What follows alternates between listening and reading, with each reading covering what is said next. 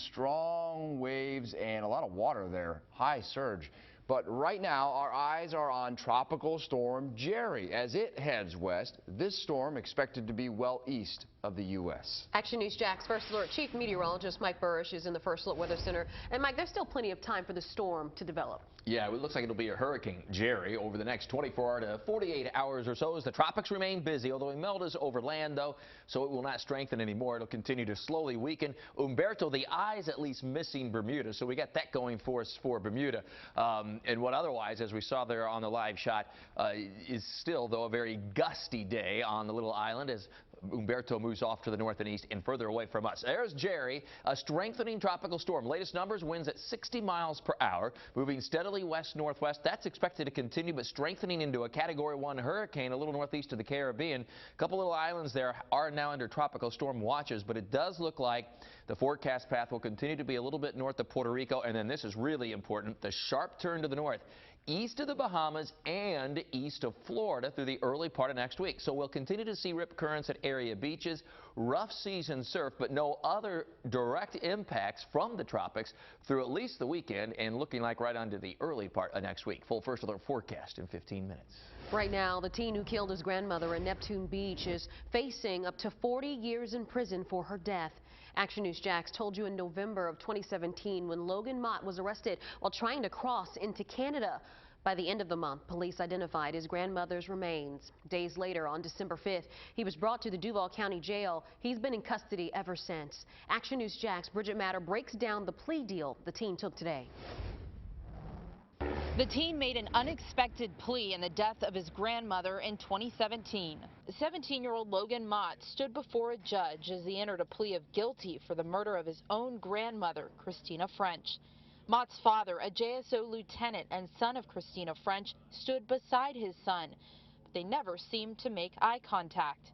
In 2017, investigators found French buried in a shallow grave behind this Neptune Beach home. Logan Mott was 15 at the time. He fled to the Canadian border where he was eventually arrested. For 2 years, the teen has awaited trial in jail and told the judge since then he's completed high school and pursuing a higher education. I'm currently going to college to get my bachelor's of arts. Under the plea deal, Mott will be sentenced between 15 and 40 years in prison. Clearly, this is out of the normal range. I mean, this is something that was extremely unusual when it happened. Action News Jax lawn safety expert Dale Carson says because Mott was charged with second-degree murder, it's unlikely Mott planned to kill his grandmother.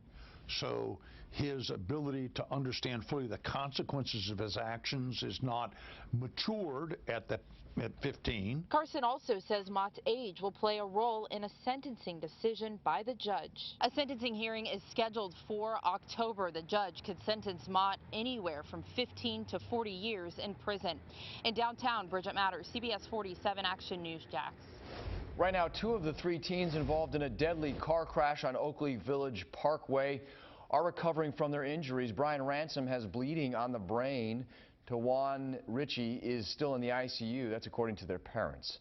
Police say the driver, Keiondre Moss, lost control when leaving Oakleaf High School. JSO says they're still looking for 2 other cars suspected of racing the teens. Action News Jax law and safety expert Dale Carson says police have several tactics to find the other drivers. Going to look at traffic light cameras, things of that nature, which are plentiful in Clay County. Then it's possible that the individual who left the scene could be charged with leaving the scene of an accident with death, which in Florida is a felony.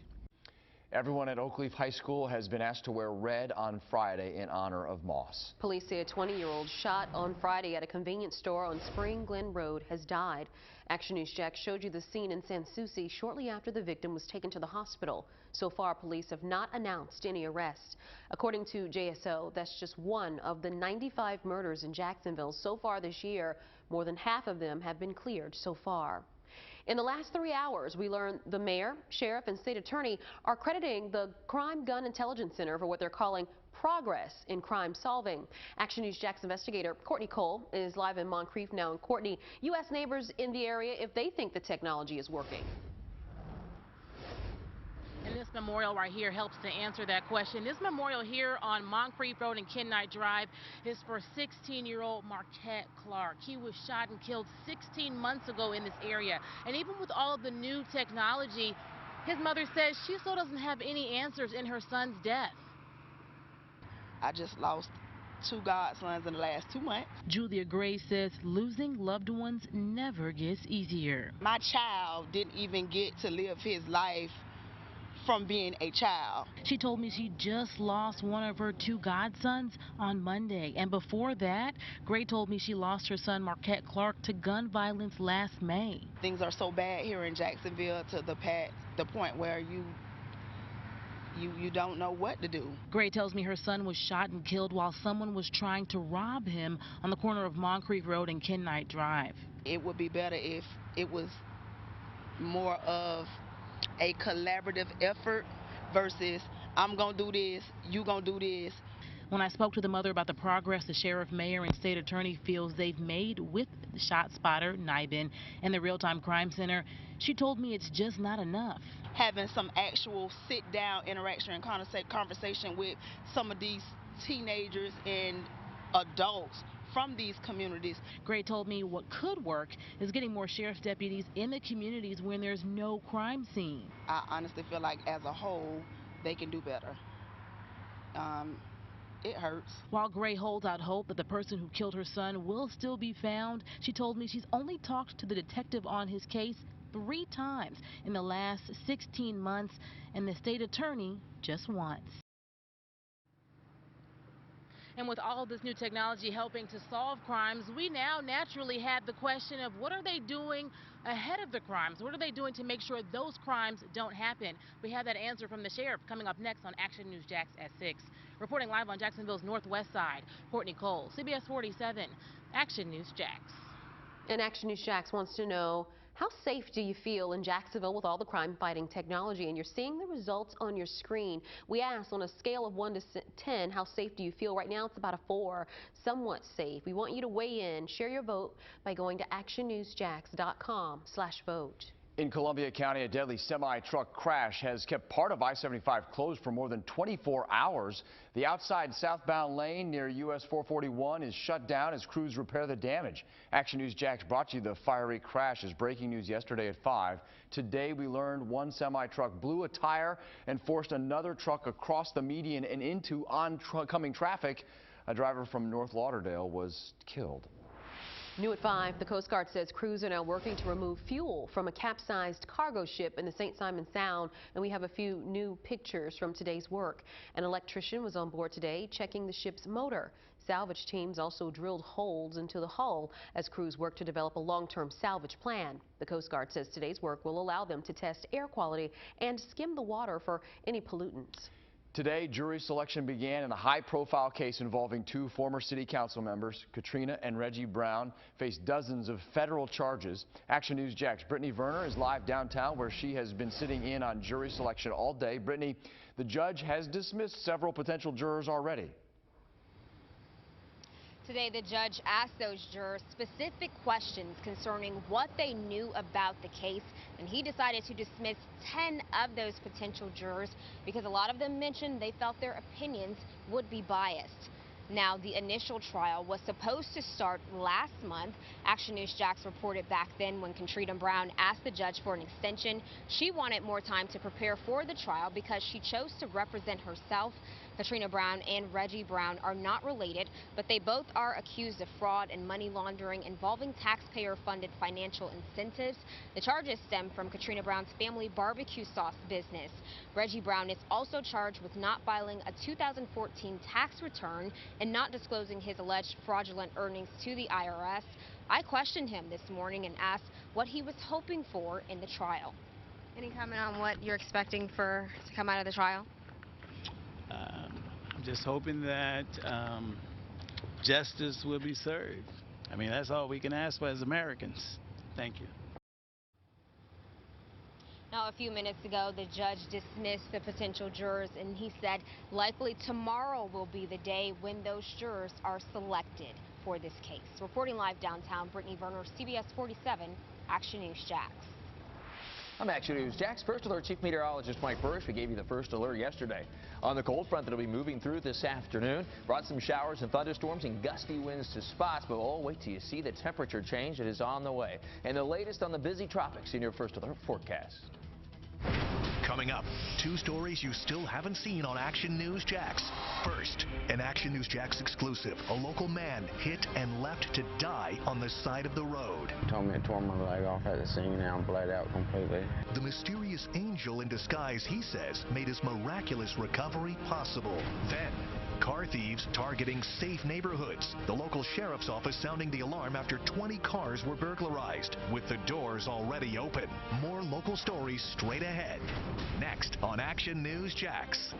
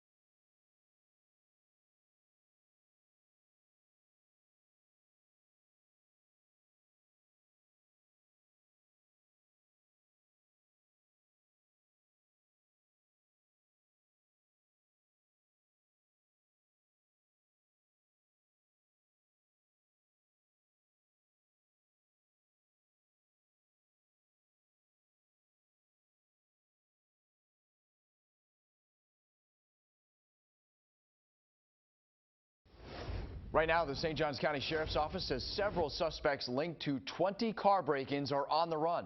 2 of the men have since been caught. Action News Jax Elizabeth Pace joins us live from St. Johns County. Elizabeth, police say the burglarized cars were not locked. Deputies say that those unlocked cars had guns in them. Now, 2 of those were already found in the stolen SUV. Now, police have already linked some of those burglaries to this neighborhood behind me in the Southeast District. And now they're warning everyone to remove any valuables you might have in your car right now. 2 men are behind bars. 2 more are on the run. The St. Johns County Sheriff's Office says these 2 18-year-olds are a couple of the guys linked to 2 stolen SUVs and at least 24 other car burglaries.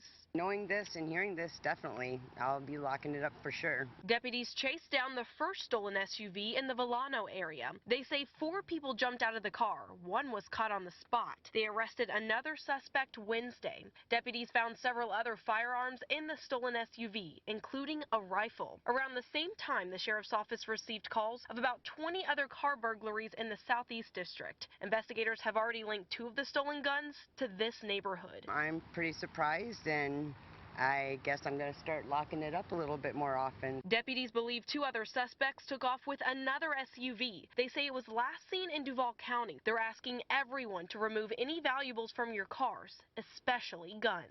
Just take extra precautions and lock up. I don't trust that it's a good neighborhood, because you never know when it's going to happen or where it's going to happen. I actually just got off the phone with the St. Johns County Sheriff's Office, and they told me within the last 2 hours or so, they received 4 more reports of car burglaries, making it 24 total. Reporting live in St. Johns County, Elizabeth Pace, CBS 47, Action News Jax. The Jaguars star cornerback Jalen Ramsey will play tomorrow against the Tennessee Titans. Today, head coach Doug Marrone said he and Ramsey talked yesterday, and now their focus is on Thursday night's game. The pair appeared to exchange words during a heated argument on the sideline of Sunday's game in Houston. You can see it appeared Ramsey did put his hands on the coach there. After the game, Ramsey's agent requested that he be traded. Action News Jax is the official station of the Jags, and we have you covered ahead of the game. Catch Jaguars All Access live from the Mellow Mushroom in Avondale tonight.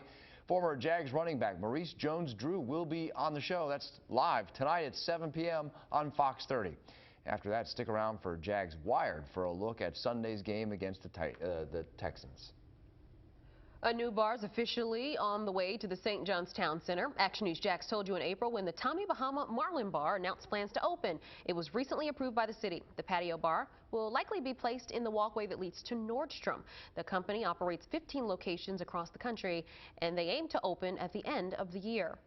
A live look at TIAA Bank Field, where in 2 months, the U.S. women's national team will be right here in Jacksonville. The World Cup champions will play Costa Rica on November 10th to help finish off their 2019 season. Tickets go on sale October 2nd at 10 a.m. through the U.S. Soccer website. Now certified Jacksonville's most accurate weather forecast. Action News Jax First Alert Weather. Tracking the tropics, we have Imelda headed through Texas. We have Umberto, the eye of which just northwest of Bermuda, but with hurricane conditions on the island. Tropical wave in the Caribbean. This bears watching. It won't develop anytime real soon, but as it heads west-northwest, might be something to watch over the northern and northwestern Caribbean. And then finally, tropical storm Jerry. Looks like this time tomorrow could very well be a hurricane with winds right now at about 60 miles per hour. So Umberto, just to the northwest of Bermuda, will continue to accelerate to the northeast, moving away from the east coast of the U.S. So has been expected for days now. No direct impacts on the U.S., but the rip current risk continues up and down the coast, including our coast right here at home. Here's Jerry with winds of 60 miles per hour. Remember, at 74 miles per hour, it's a hurricane, and that's expected to happen tomorrow into tomorrow evening, going just northeast to Puerto Rico and the northeastern Caribbean. Uncomfortably close, but it looks like it stays far enough north so that the conditions won't deteriorate too badly by Friday and Saturday as the hurricane makes its closest approach to those islands. And then the really important part for our weather, a sharp turn to the north, east of the Bahamas. That's good news for the Bahamas.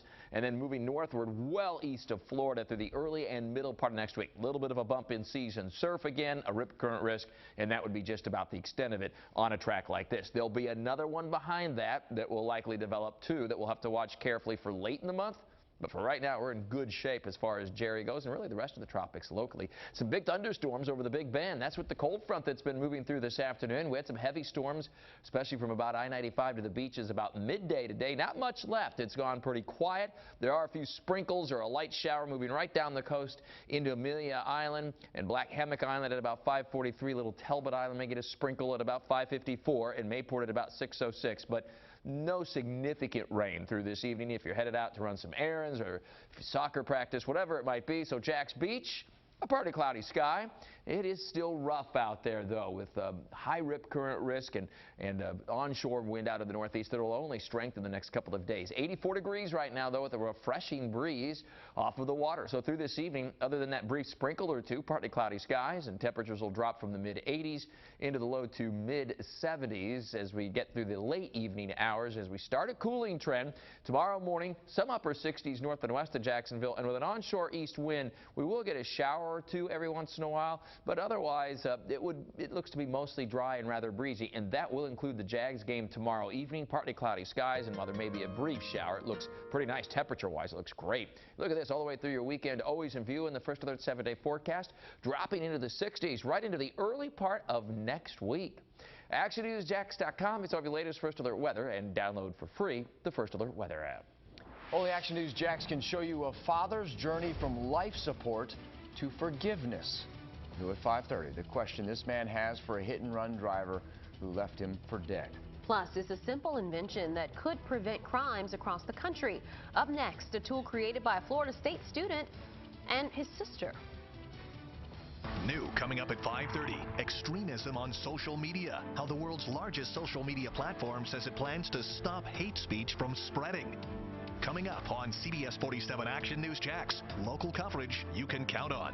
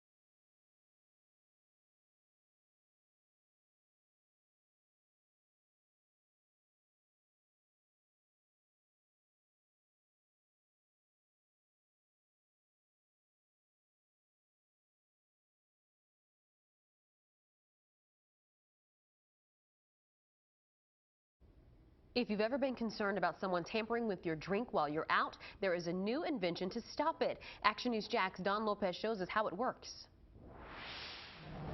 We've all been told never leave your drink while dining out or at a bar. You wouldn't want someone to slip something in it. Well, this is called Nightcap. A curious student came up with an idea to hopefully save young women from possible sexual assault. It's easy to carry. When ready to use, it fits securely over most glasses and cups used in bars and restaurants. The hole at the top is just big enough for your straw. It's made out of nylon and spandex, and it's not easy to remove. You would have to lift this all up here, and someone would be watching you while you're doing it. An Oxbridge Academy student came up with this idea last April after hearing horror stories about drinks spiking from her friends and teachers. So using pantyhose and a scrunchie, she came up with that idea. And with the help from her brother, who's an FSU student, they now have a website, and they want Nightcap available online and in schools. In the newsroom, Don Lopez, Action News Jax. New at 5:30, only Action News Jax spoke with a local father left for dead nearly a year ago by a hit-and-run driver. You have to forgive to be forgiven, so I forgive the person. I don't have no grudge toward him. The one question he has for the person who almost killed him. Plus, major concerns about pregnant women developing high blood pressure. How women can avoid the danger to themselves and their babies. And they're living on the front lines of space exploration and paying a price for it. What Elon Musk is offering to families living next to a testing facility.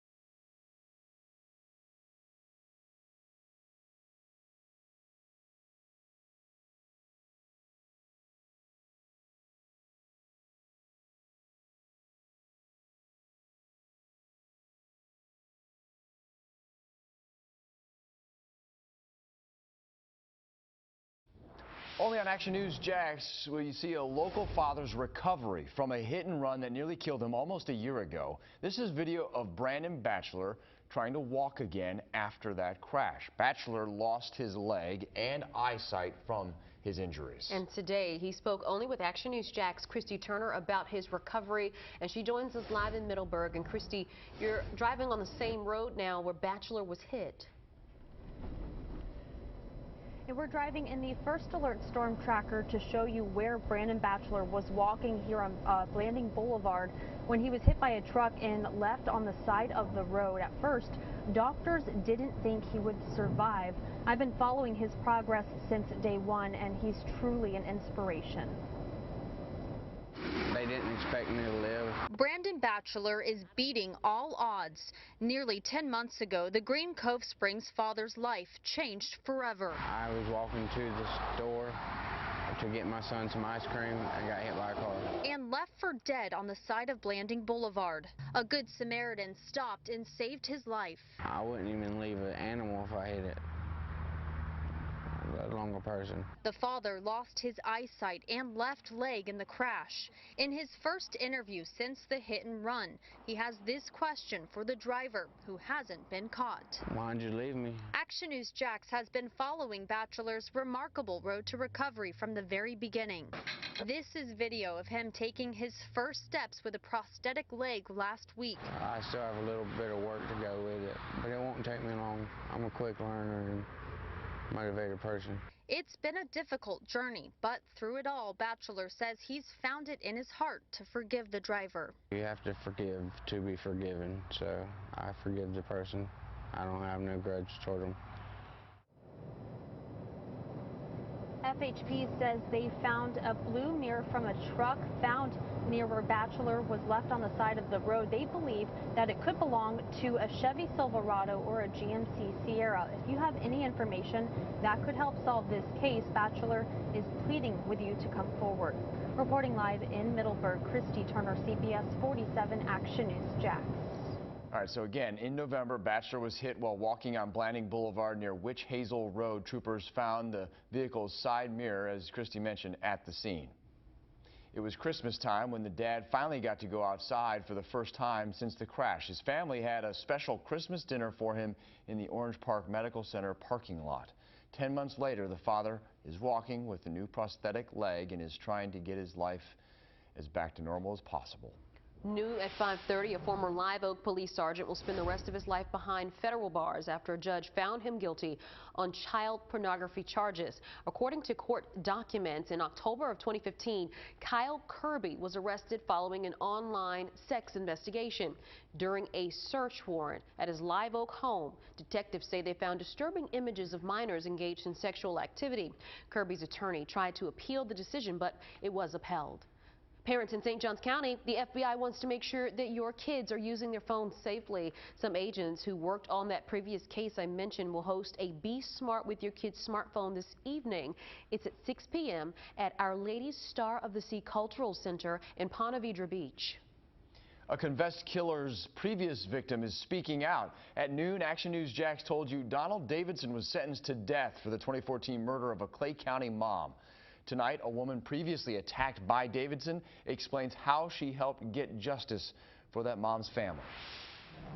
Roseanne Welch's family let out a sigh of relief inside the courtroom today. One of her loved ones says that she might be able to get a good night's sleep for the first time since 2014 when Welch was killed. These are the words Roseanne Welch's family have been waiting to hear for almost 5 years. We have a hole in our heart that's never going to heal. Action News Jax was at Welch's Middleburg home in 2014 when police found her dead inside. In May, her husband's childhood friend, Donald Davidson, a registered sexual predator, pleaded guilty to cutting off his ankle monitor, killing the mother of two, and kidnapping her 10-year-old daughter. And I can only imagine for everything he did to me, there was even worse for them. Tiffany Legassi was attacked by Davidson 4 years before Welch's murder and testified as a witness in this sentencing hearing. She tells me his death is the only thing that will bring her relief. I feel that there's finally been justice. And now we can all move on. There is no closure for Welsh's aunt and uncle. She's just a special part of us that we'll never get back. We'll see her in heaven one day. Until then, they're focusing on happier memories.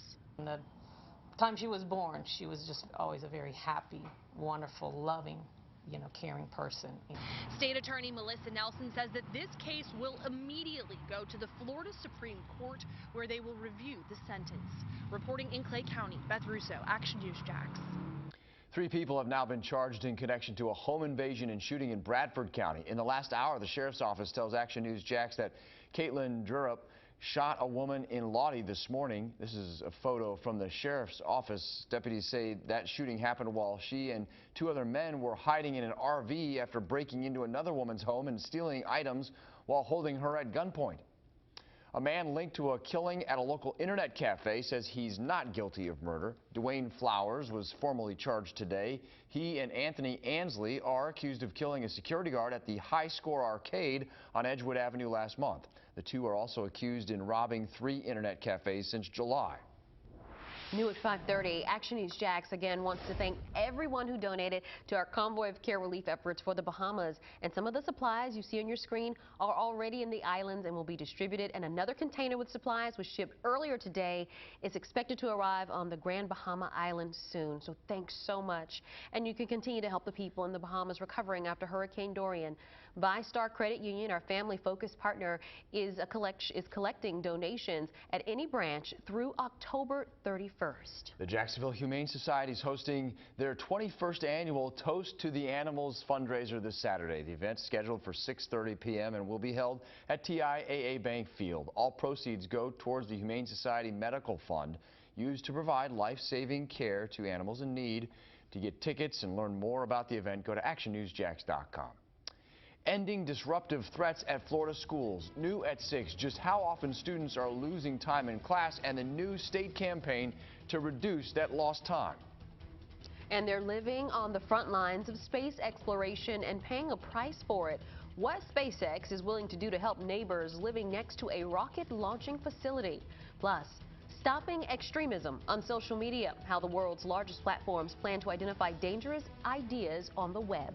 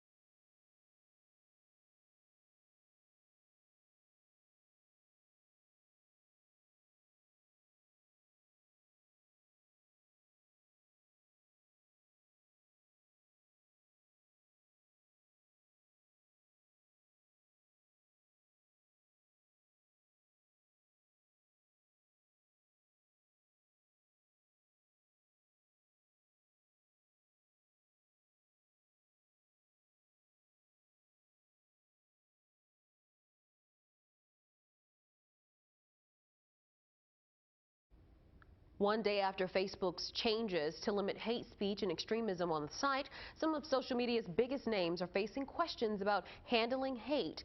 Action News Jack's Blair Miller from the Washington Bureau explains the role that websites can play in radicalization. The senators on Capitol Hill told me the major social media companies must do more, and it's their responsibility. They pointed to the list of mass shootings and the role social media played in almost every single one. Where any of these rules are broken. Here in this Senate committee, questions for leaders of Facebook, Twitter, and Google about how they're cracking down. What do you all think we should do? Each responded saying they're stepping up how they police content that might fall under hate speech or extremism.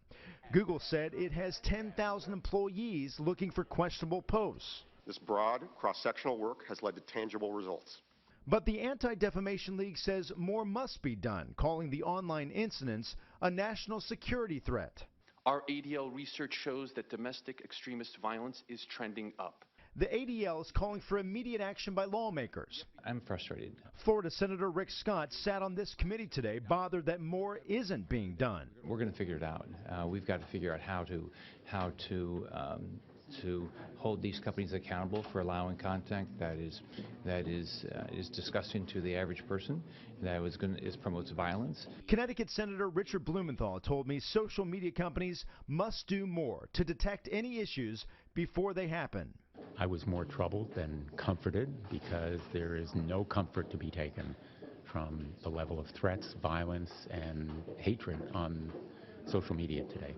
Leading up to this hearing, Facebook laid out a series of changes. They've just expanded how they define terrorist organizations, but they also plan to start using technology to better flag and block live videos of shootings.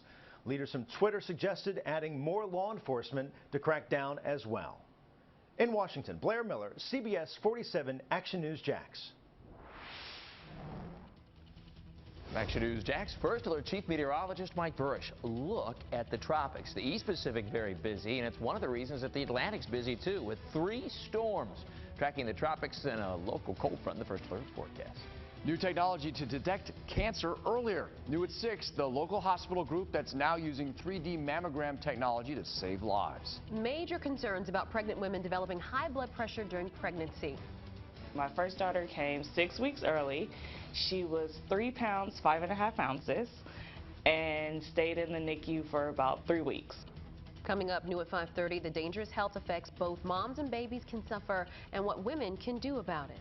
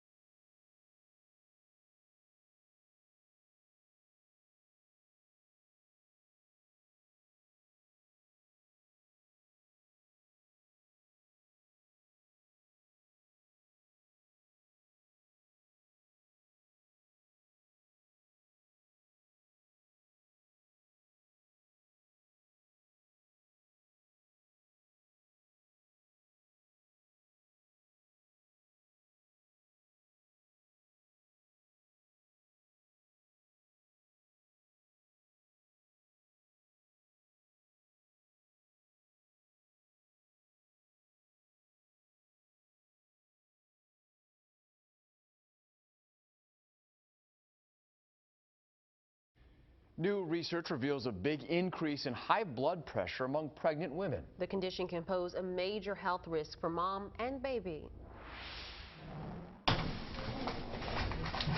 Chanel Bradley is diligent about checking her blood pressure.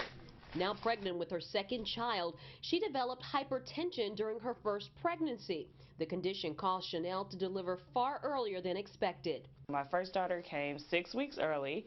She was 3 pounds, 5.5 ounces, and stayed in the NICU for about 3 weeks. Chanel is among a growing number of pregnant women in the U.S. battling high blood pressure. New research in the journal Hypertension finds the cases of women with high blood pressure when they become pregnant or who have it diagnosed in the first 2 trimesters has seen a 13-fold increase over the past 4 decades. The study defined high blood pressure as a reading of 140/90 or higher. Dr. Amy Stoddard from UCLA Health says the increase is largely due to more women becoming pregnant later in life and warns the condition can cause serious health risks, including kidney failure, stroke, and increased risk of stillbirth. Pregnant women with high blood pressure require extra prenatal care. More ultrasounds to check to make sure that the baby is growing appropriately, and then, additional monitoring of the pregnancy as you get into the 3rd trimester. Chanel now takes daily medication and keeps a close watch on her blood pressure. She encourages other moms-to-be to do the same. And the study published in AHA's journal Hypertension also revealed that high blood pressure during pregnancy affects black women at more than twice the rate of white women. In St. Johns County, the Sheriff's Office wants to make sure local families are safe when using golf carts. Tonight, they will be discussing the do's and don'ts of driving them and what local laws are. That meeting happening tonight at 6:30 at the Nocatee Crosswater Hall. 2 children have been hurt recently in golf cart accidents in St. Johns County. Olivia Love fell off the back of the golf cart and fractured her skull in January. She's still struggling to walk and talk. Most recently, a 14-year-old had to be put into a medically induced coma in July after falling from a cart in the Durbin Crossing neighborhood. Deputies say about 6 children were on that cart when it crashed. New York is the first state to enact a ban on the sale of flavored e-cigarettes. Retailers have 2 weeks to remove the products from shelves. New York Governor Andrew Cuomo said that the fruity and candy flavored e-cigarettes seem to be aimed at young people. Vape shop owners say they are considering a legal challenge and they are worried that the ban may force some businesses to close. The state of Florida is starting to research how the effects of climate change can impact red tide blooms. So far, there are not any blooms on the state's Gulf Coast, but historically 75% of blooms start in September. Now, the Marine Laboratory is researching potential causes before they start and how to reduce the blooms once they do. New at 6:30, a mosquito-borne virus, 5:30, excuse me, a mosquito-borne virus previously detected in our area is now forcing health officials in Michigan to warn some neighbors to stay inside. The virus is Eastern equine encephalitis and it's killed 2 people in Michigan this year. At least 20 cases have been reported in 5 states, including Florida. So far, no cases have been reported in our area this year.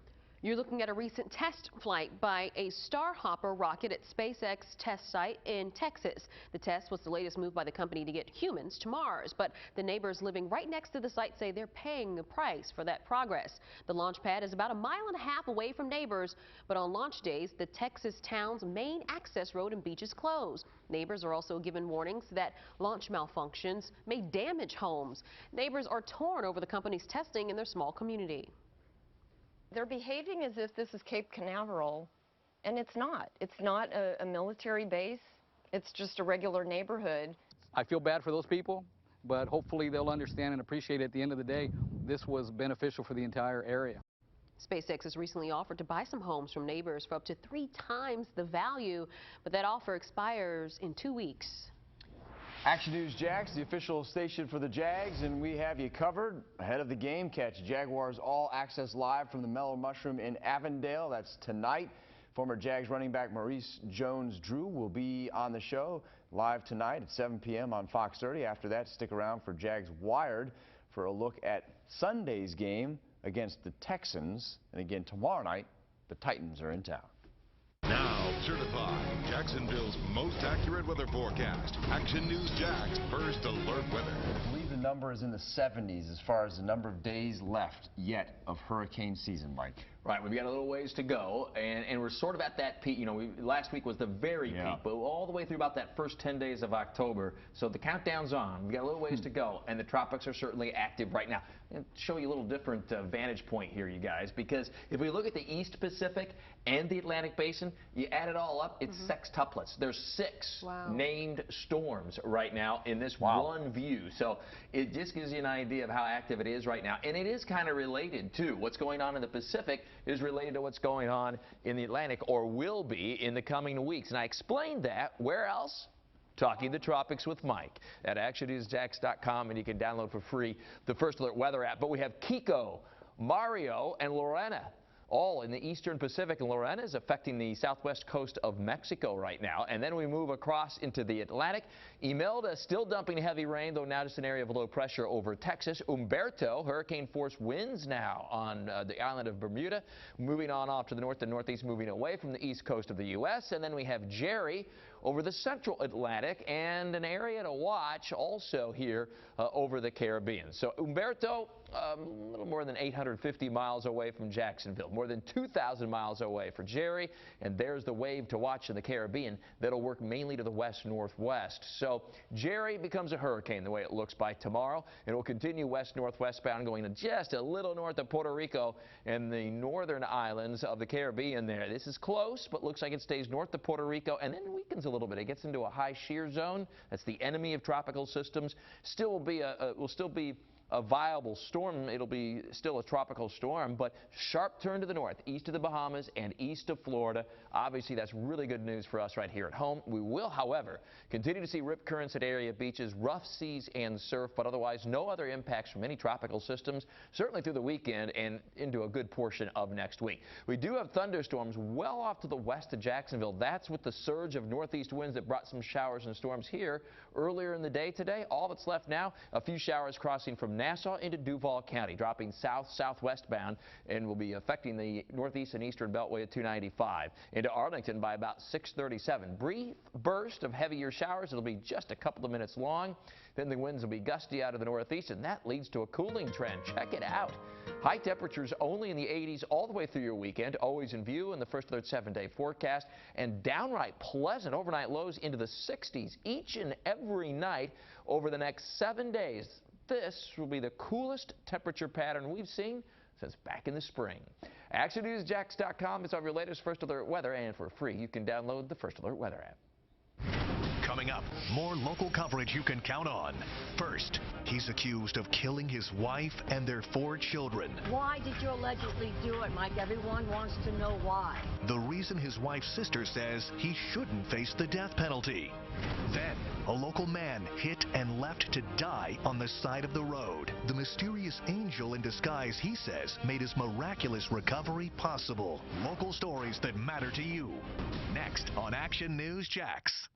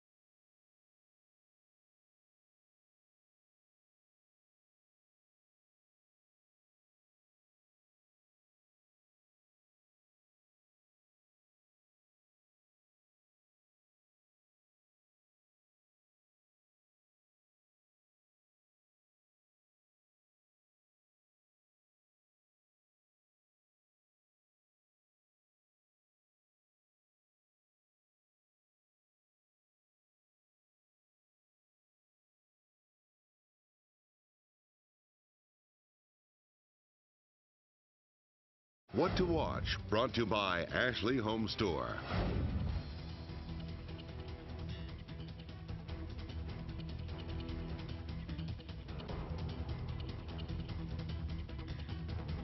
Healthcare access is something some of us take for granted with insurance, but not everyone in our area can afford to get medical help when they feel sick.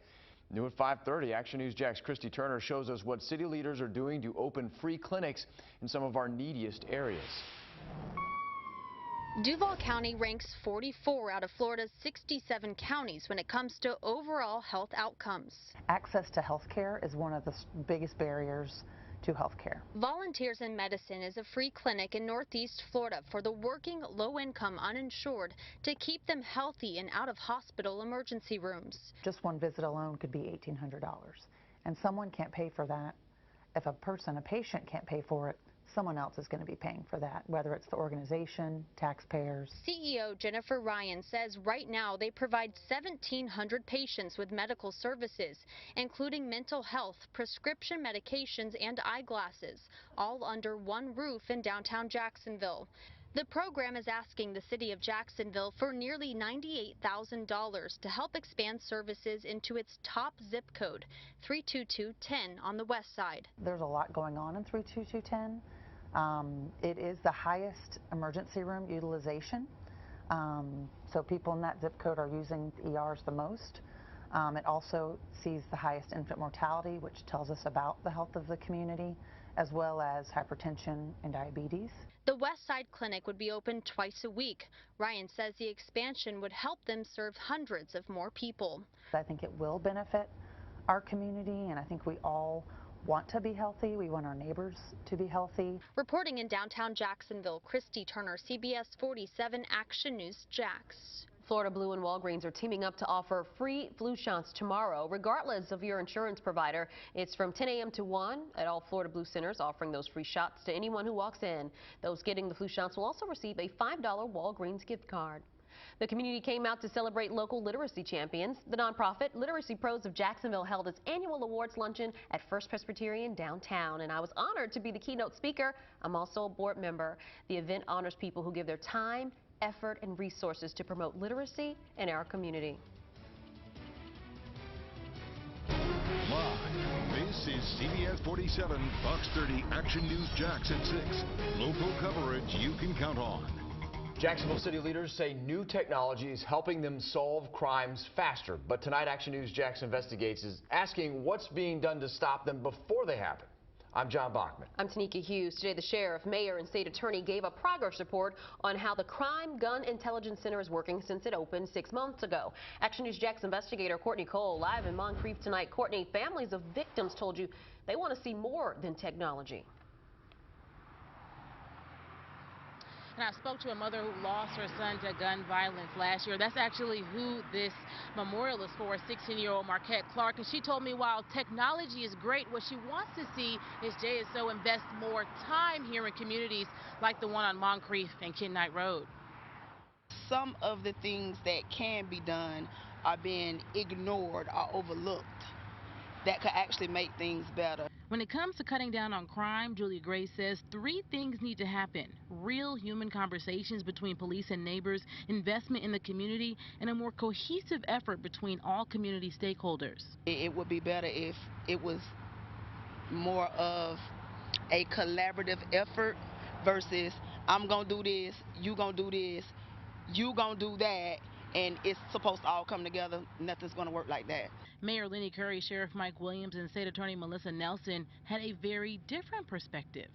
At a press conference held today, the sheriff told us since the Crime Gun Intelligence Center opened in April, they've had 254 cases with NIBIN leads, 171 unique guns involved in those cases, and 70 of those guns have been recovered.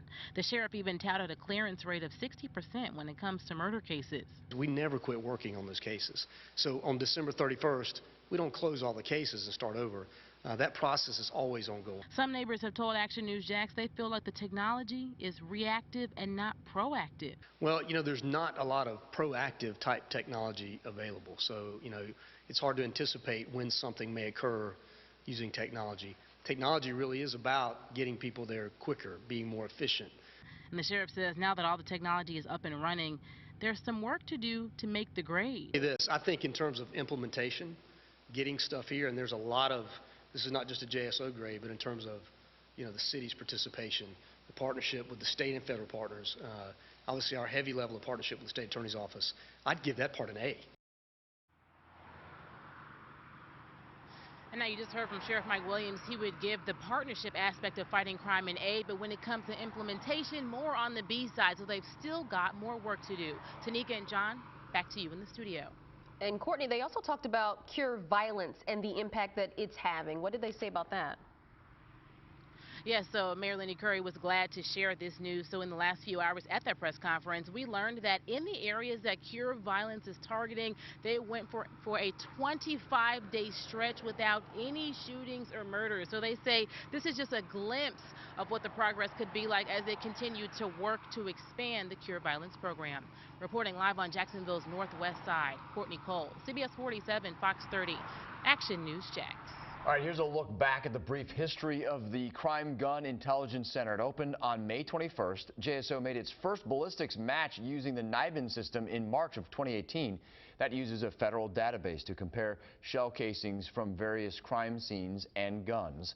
JSO started installing the ShotSpotter system in April of 2017. That system uses an array of microphones to hear and then locate gunshots and notify officers right away.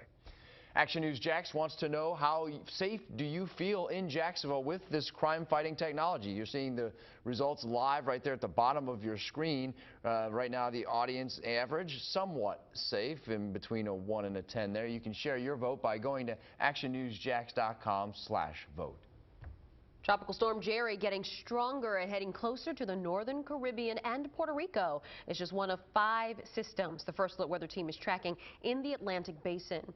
And we also have been following Bermuda, which is feeling winds and rain from Hurricane Umberto, which is passing the island nation right now. Imelda has weakened to a depression since making landfall in Texas, but it still brought severe flooding to much of the state. And the First Alert Weather Team also tracking 2 more systems in the tropics. Yeah, let's go right now to Action News Jax First Alert Chief Meteorologist Mike Bursch in the First Alert Weather Center. Mike. Yeah, plenty going on. The good news is nothing is going to be a direct influence on our own weather right here at home anytime soon, outside of a continued rip current risk at our area beaches, which is very significant. But you can see the storms. Imelda is what's left over Texas, low pressure area producing heavy rain. Umberto producing the hurricane force winds now on Bermuda, moving off to the north and northeast though, and starting to accelerate, so conditions will improve in Bermuda dramatically tomorrow. And then Jerry out over the central Atlantic. There's also pretty strong disturbance that's flared up over the Caribbean that bears watching, although not anything imminent there. That will continue to move to the west and to the northwest as Jerry makes that move to the west-northwest pretty slowly.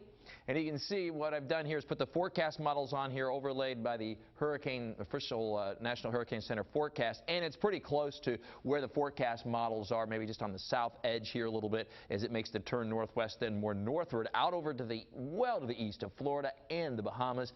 That's good news for us. Not quite done with the tropics yet, though, that's for sure. Plus, pretty decent cool front moving through now in the full First Alert forecast. And you can track the tropics between newscasts with the First Alert Weather app.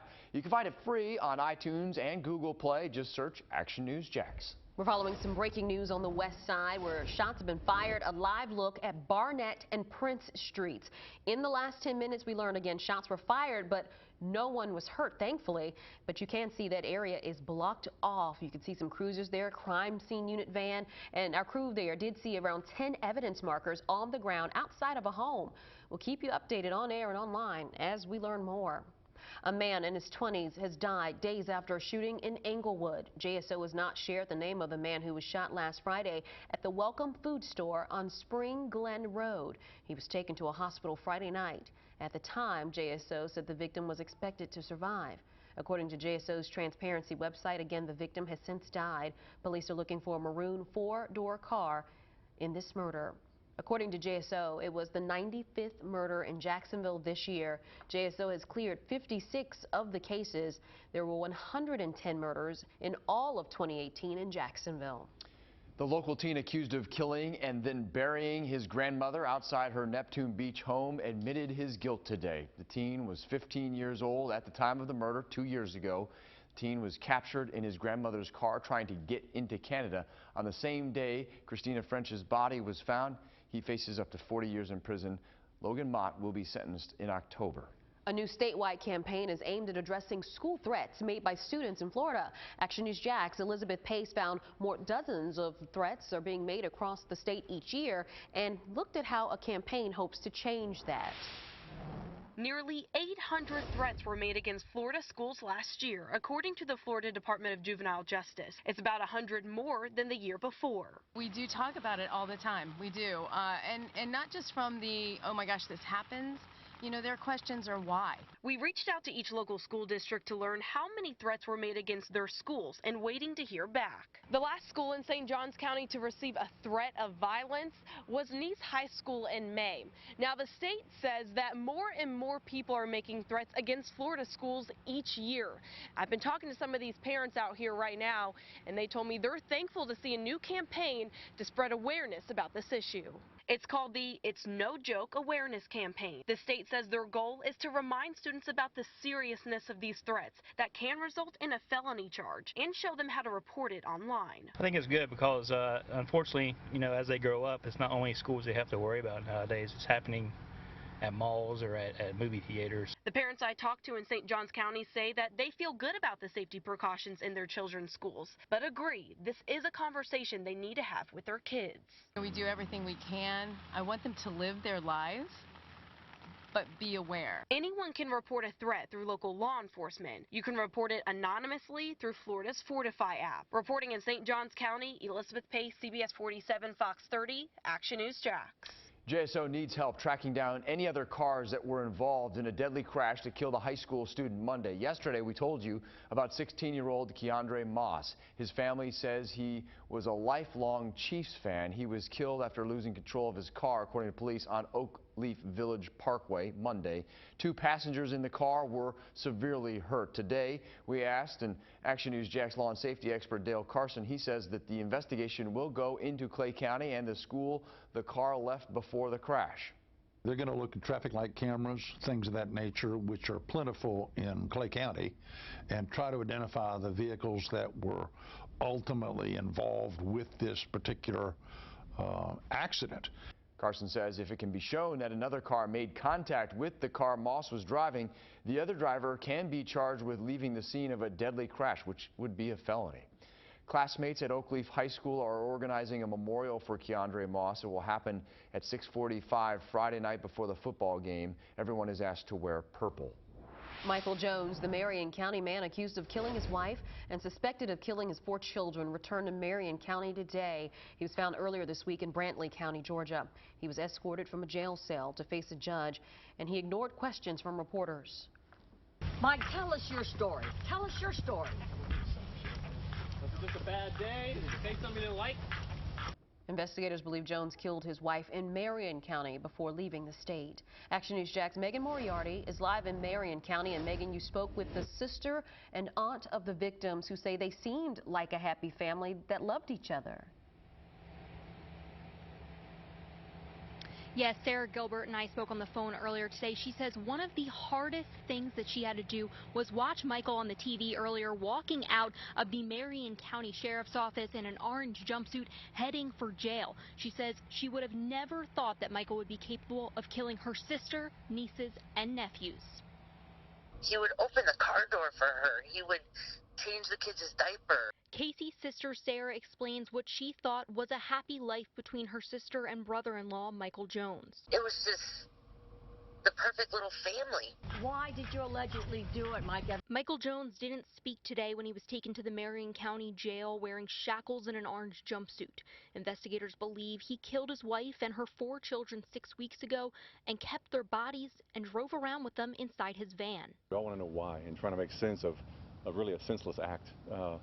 And I can tell you, whatever excuse that he would give, any reason why is not going to be enough. The murders are something many family members say they didn't see coming. If any of us would have saw something that would have suggested that he could hurt them in any way, we wouldn't have stood by and done nothing.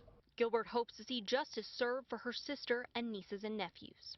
To have to sit in prison for the rest of his life and see flashes of them in his mind every day.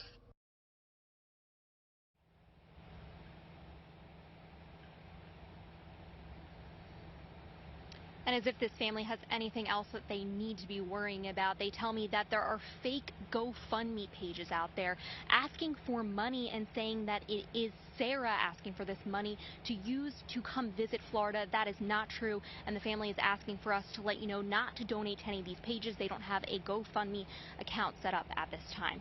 Reporting in Marion County, Megan Moriarty, CBS 47, Fox 30, Action News Jax. All new at 6:30, an American fashion brand is trying to make a profit off of school massacres. Coming up, we get your reaction following the unveiling of school shooting sweatshirts. I'm Action News Jax. First alert, Chief Meteorologist Mike Burris. We have some big weather changes on the way. It really has a lot to do with temperatures and, of course, the latest on the tropics. In your first alert forecast in a few minutes. Life-saving scans. New at 6, the technology at a local hospital that's helping to detect breast cancer earlier.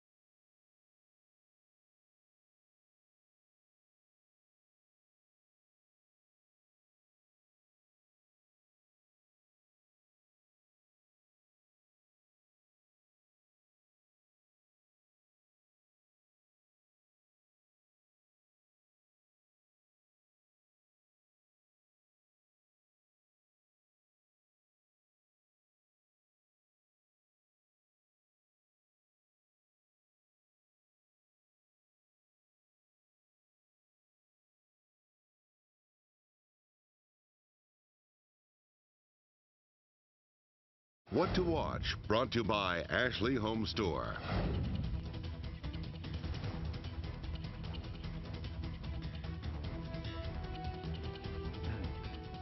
Day one of the high-profile trial involving 2 former city council members wrapping up right now. Katrina and Reggie Brown face dozens of federal charges.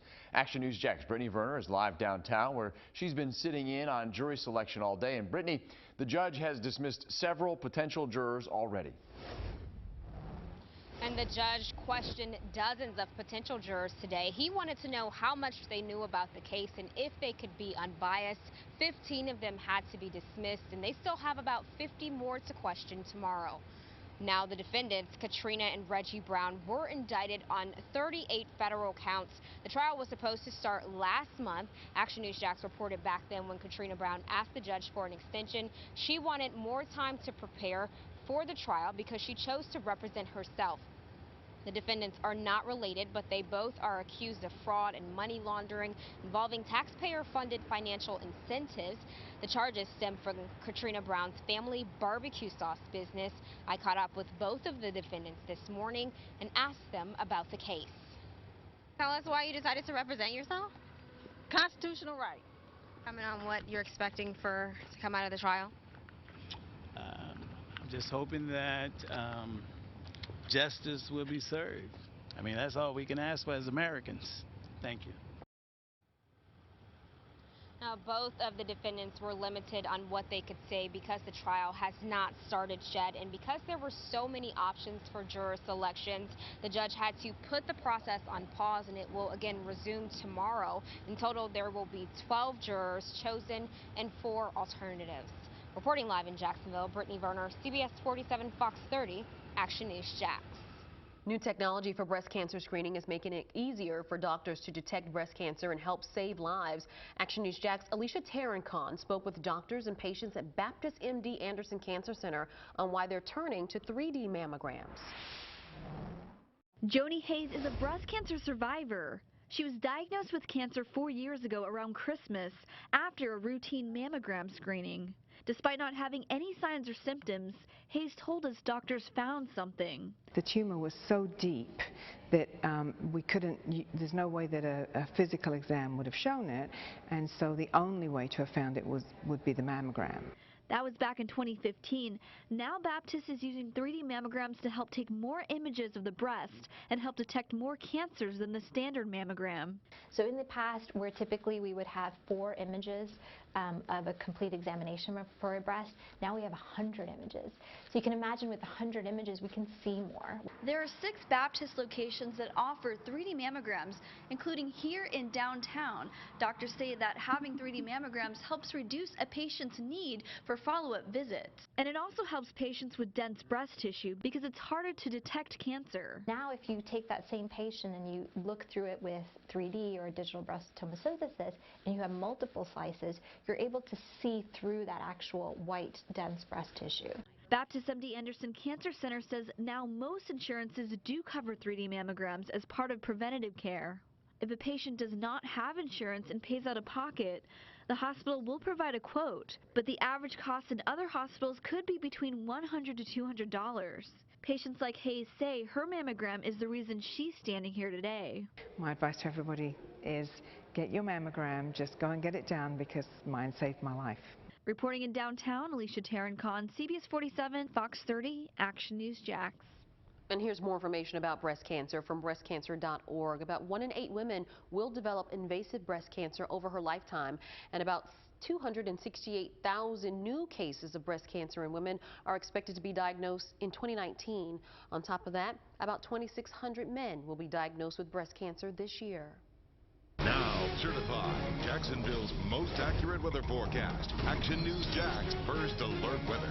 Well, 2 big weather stories this afternoon and evening. 1, the tropics. Number 2, the much cooler air on the way over the next few days right here at home. We do have what's left of Imelda over Texas dumping a lot of rain. Umberto glancing below to Bermuda, but close enough for some hurricane force winds this evening.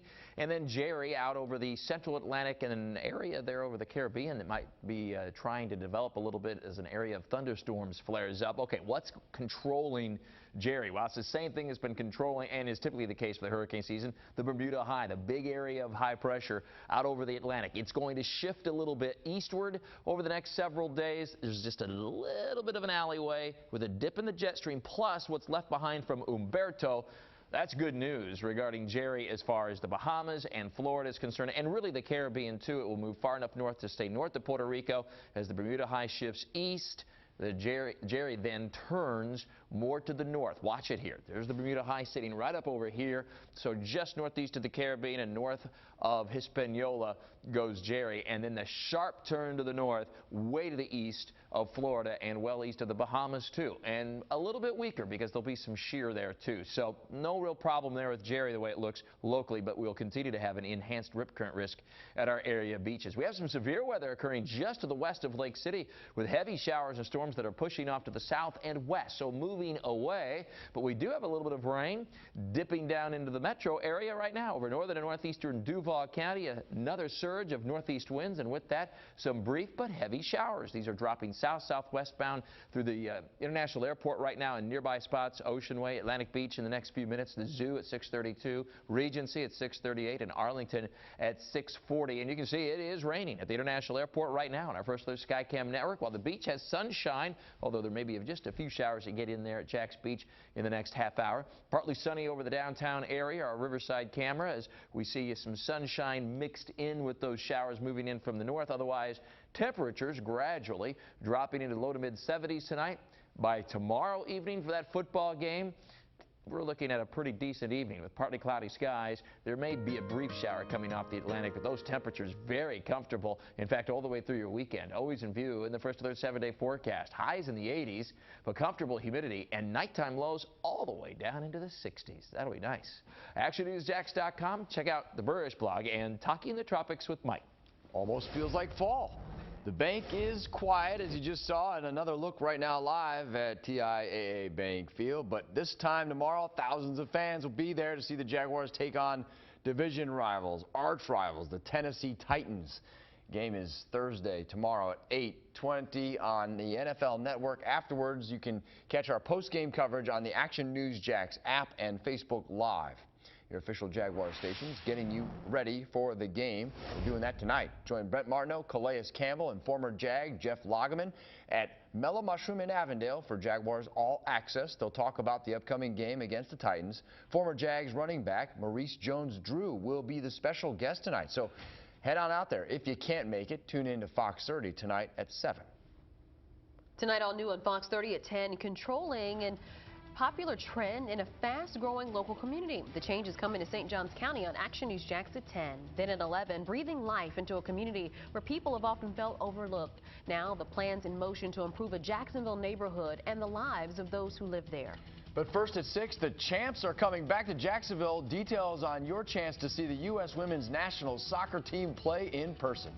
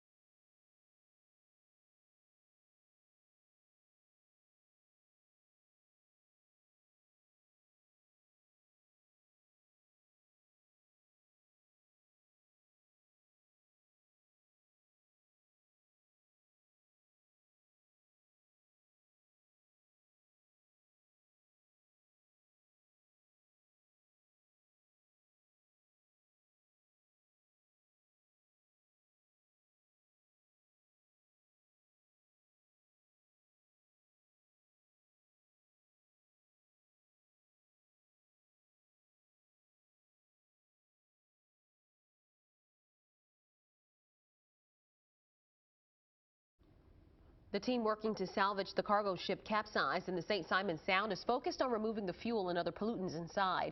We have some new pictures of the work taking place on the hull. Crews are drilling a new hole into the ship so they can reach the fuel to remove it.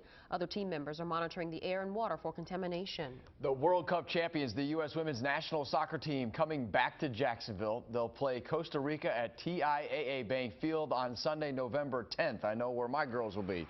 This is video from March of last year when the team beat Mexico at the bank. November's match will be the team's last match of 2019. Tickets go on sale October 2nd at 10 a.m. CBS Evening News is up next on CBS 47. Up next at 6:30 on Fox 30, we're talking to a local father left for dead after a hit and run. An update on his recovery.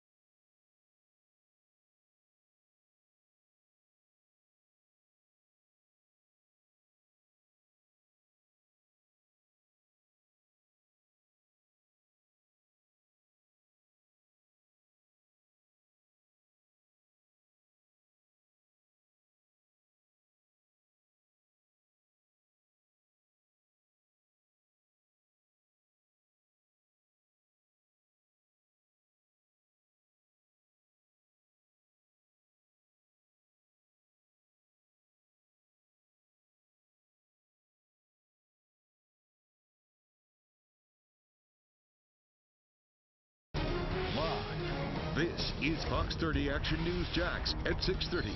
Local coverage you can count on. 24 cars broken into in St. Johns County. The sheriff's office says 2 of the 4 people responsible are on the run tonight. I'm John Bachman. I'm Tanika Hughes. Action News Jax Elizabeth Pace tells us multiple guns were stolen from those cars.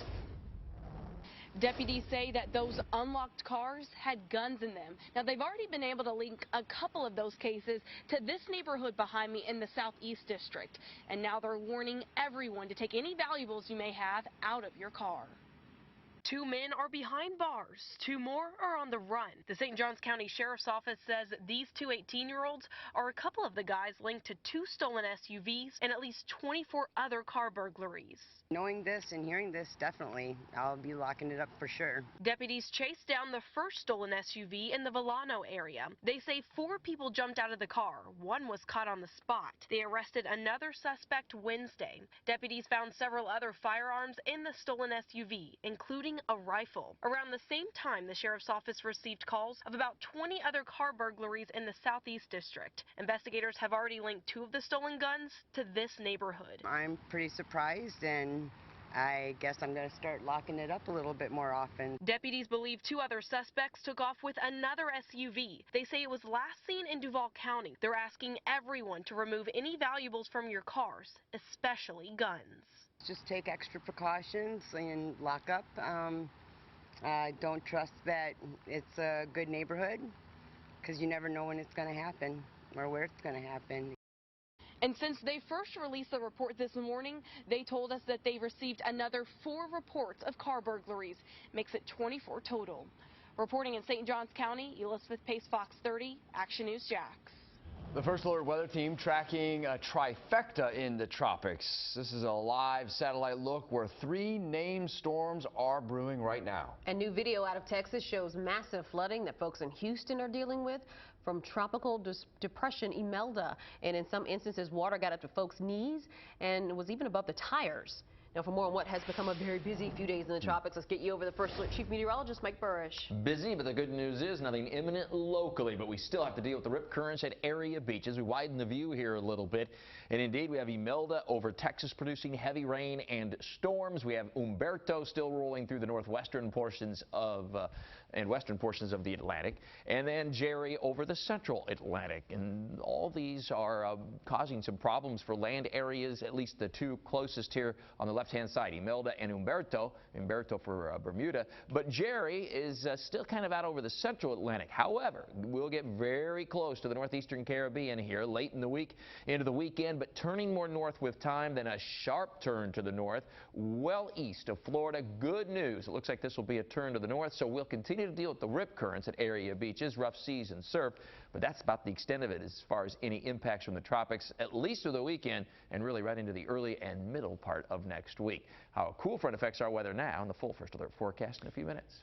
The teen accused of killing his grandmother in her Neptune Beach home says he's guilty. Logan Mott was 15 at the time of the murder 2 years ago. As Action News Jack's Bridget Matter explains, the teen now faces up to 40 years in prison.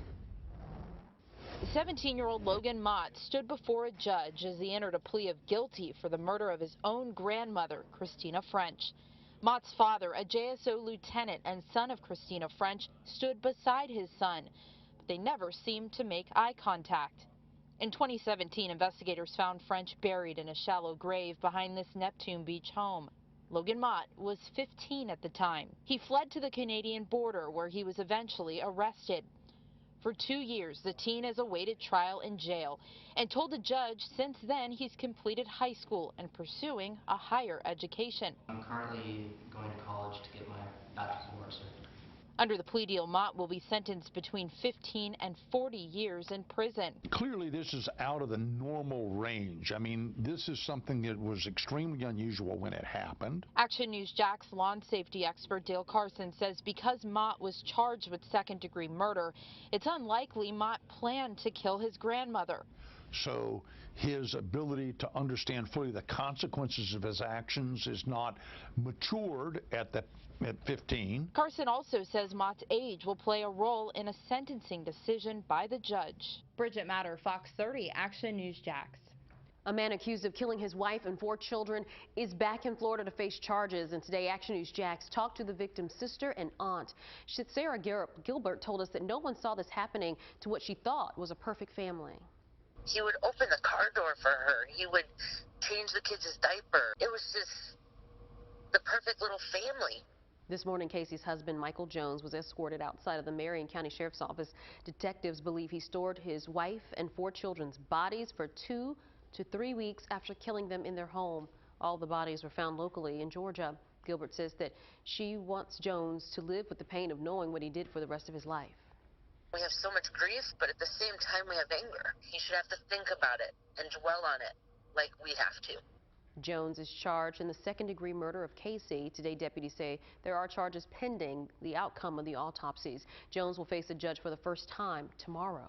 It's a recovery story we have been following for almost a year now, and tonight, for the first time, a Green Cove Springs father left for dead in November tells only Action News Jax that he's forgiven the driver who hit him.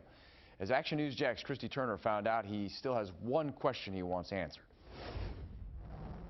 And we're driving in the First Alert Storm Tracker to show you where Brandon Bachelor was walking here on Blanding Boulevard when he was hit by a truck and left on the side of the road. At first, doctors didn't think he would survive. I've been following his progress since day one, and he's truly an inspiration. They didn't expect me to live. Brandon Bachelor is beating all odds. Nearly 10 months ago, the Green Cove Springs father's life changed forever. I was walking to the store to get my son some ice cream. I got hit by a car. And left for dead on the side of Blanding Boulevard. A Good Samaritan stopped and saved his life. I wouldn't even leave an animal if I hit it. A longer person. The father lost his eyesight and left leg in the crash. In his first interview since the hit and run, he has this question for the driver who hasn't been caught. Why'd you leave me? Action News Jax has been following Bachelor's remarkable road to recovery from the very beginning.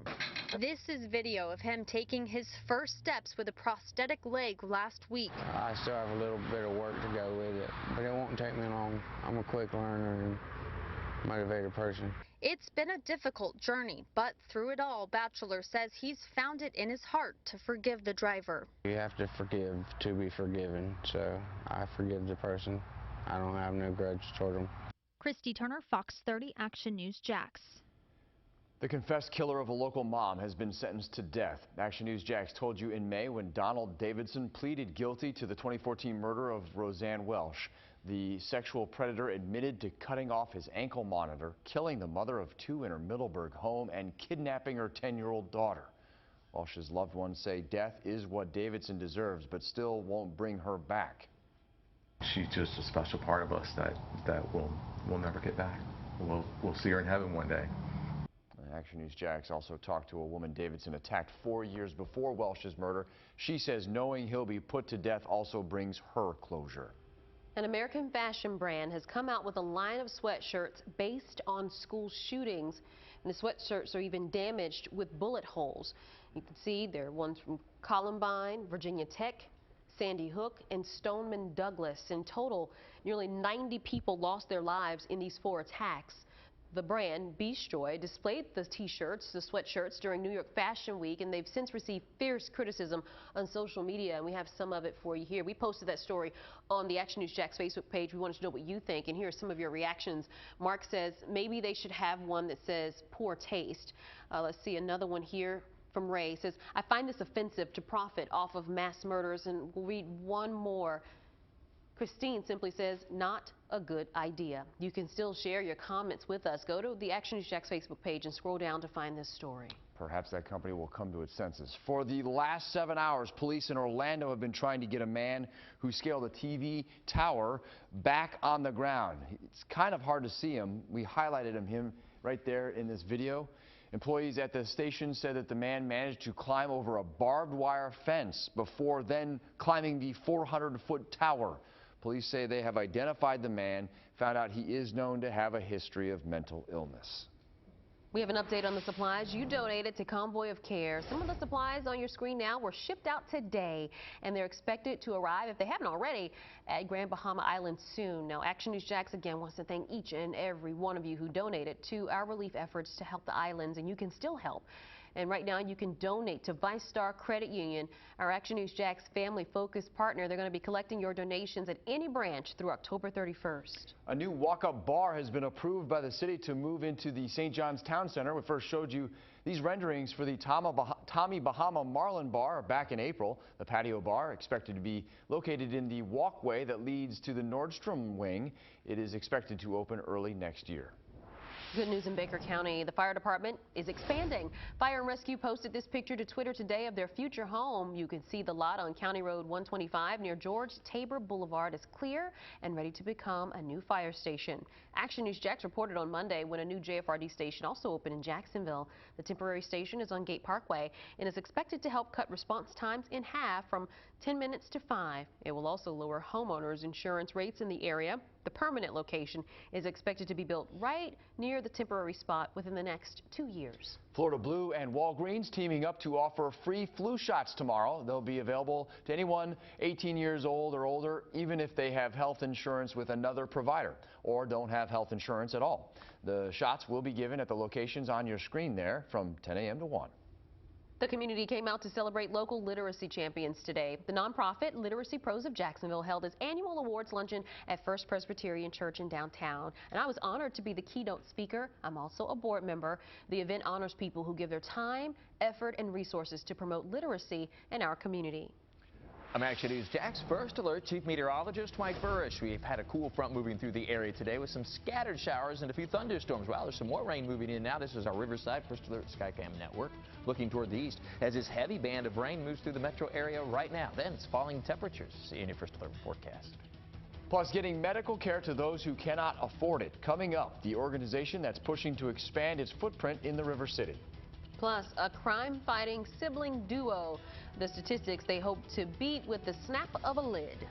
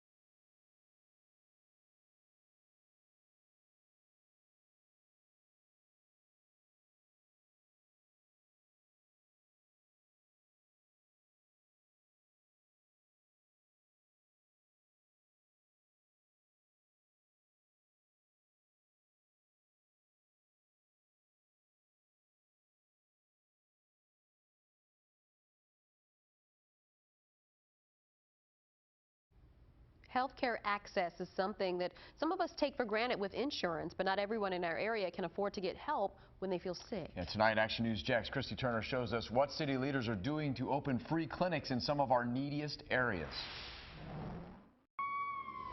Duval County ranks 44 out of Florida's 67 counties when it comes to overall health outcomes.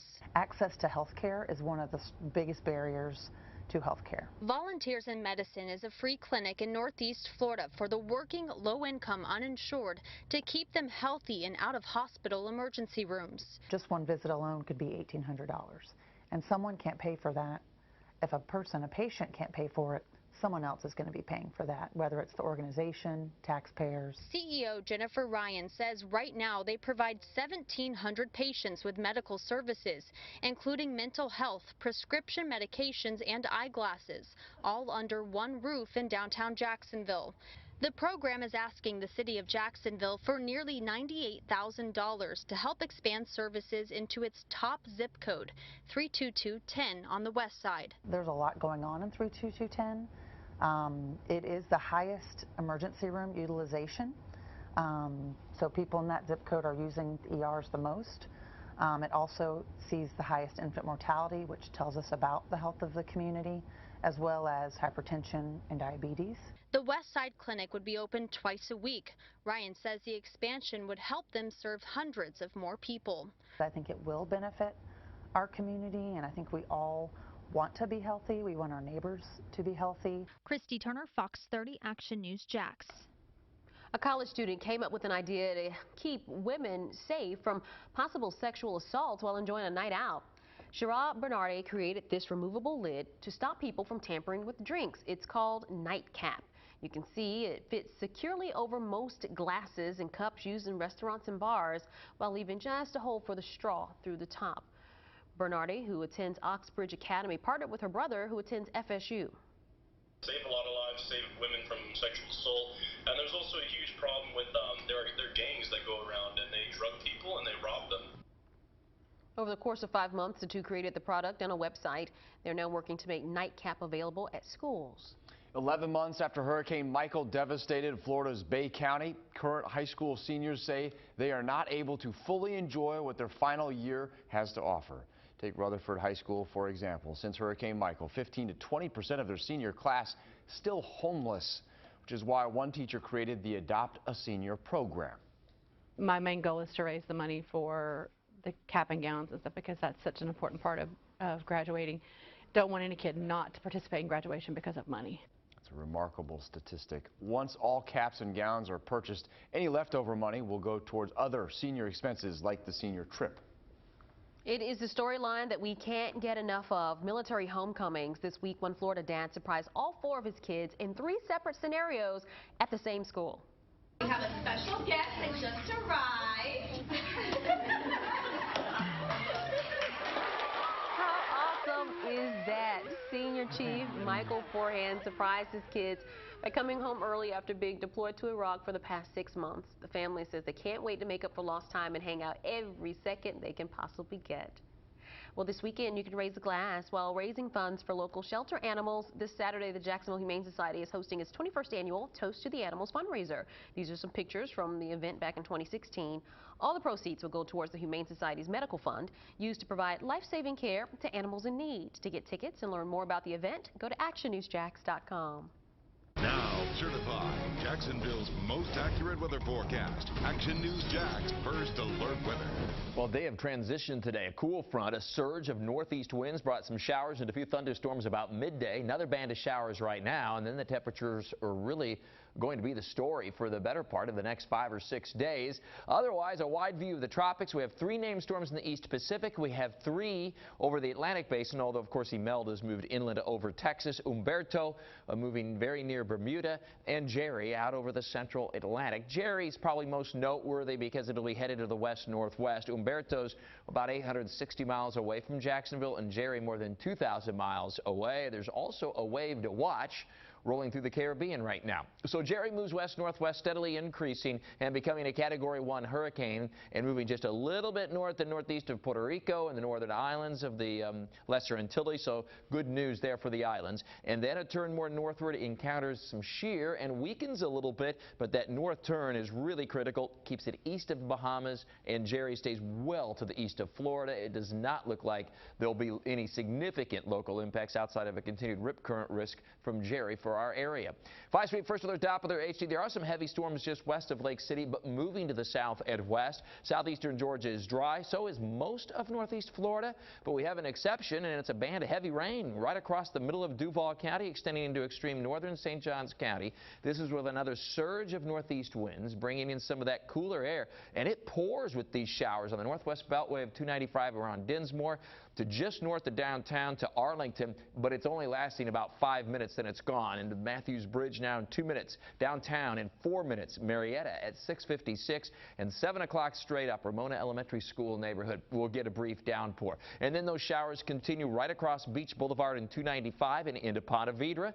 These will continue to move southwest into the St. John's Town Center here in the next minute or so. Hogan at 6:51, Deerwood at 6:56, and Bay Meadows gets a nice brief downpour a bit before 7 o'clock. And there is the rain off in the distance from our First Alert Skycam network from Riverside, looking toward the east with that heavy band of rain. Then the sun comes out. It really should make for a very pretty sunset in many spots this evening. You're likely to see some rainbows here as we head towards sunset. So a few showers then tomorrow, right on into Friday because of a persistent wind off the Atlantic, but it's not a lot of rain, and most of the hours are going to be dry.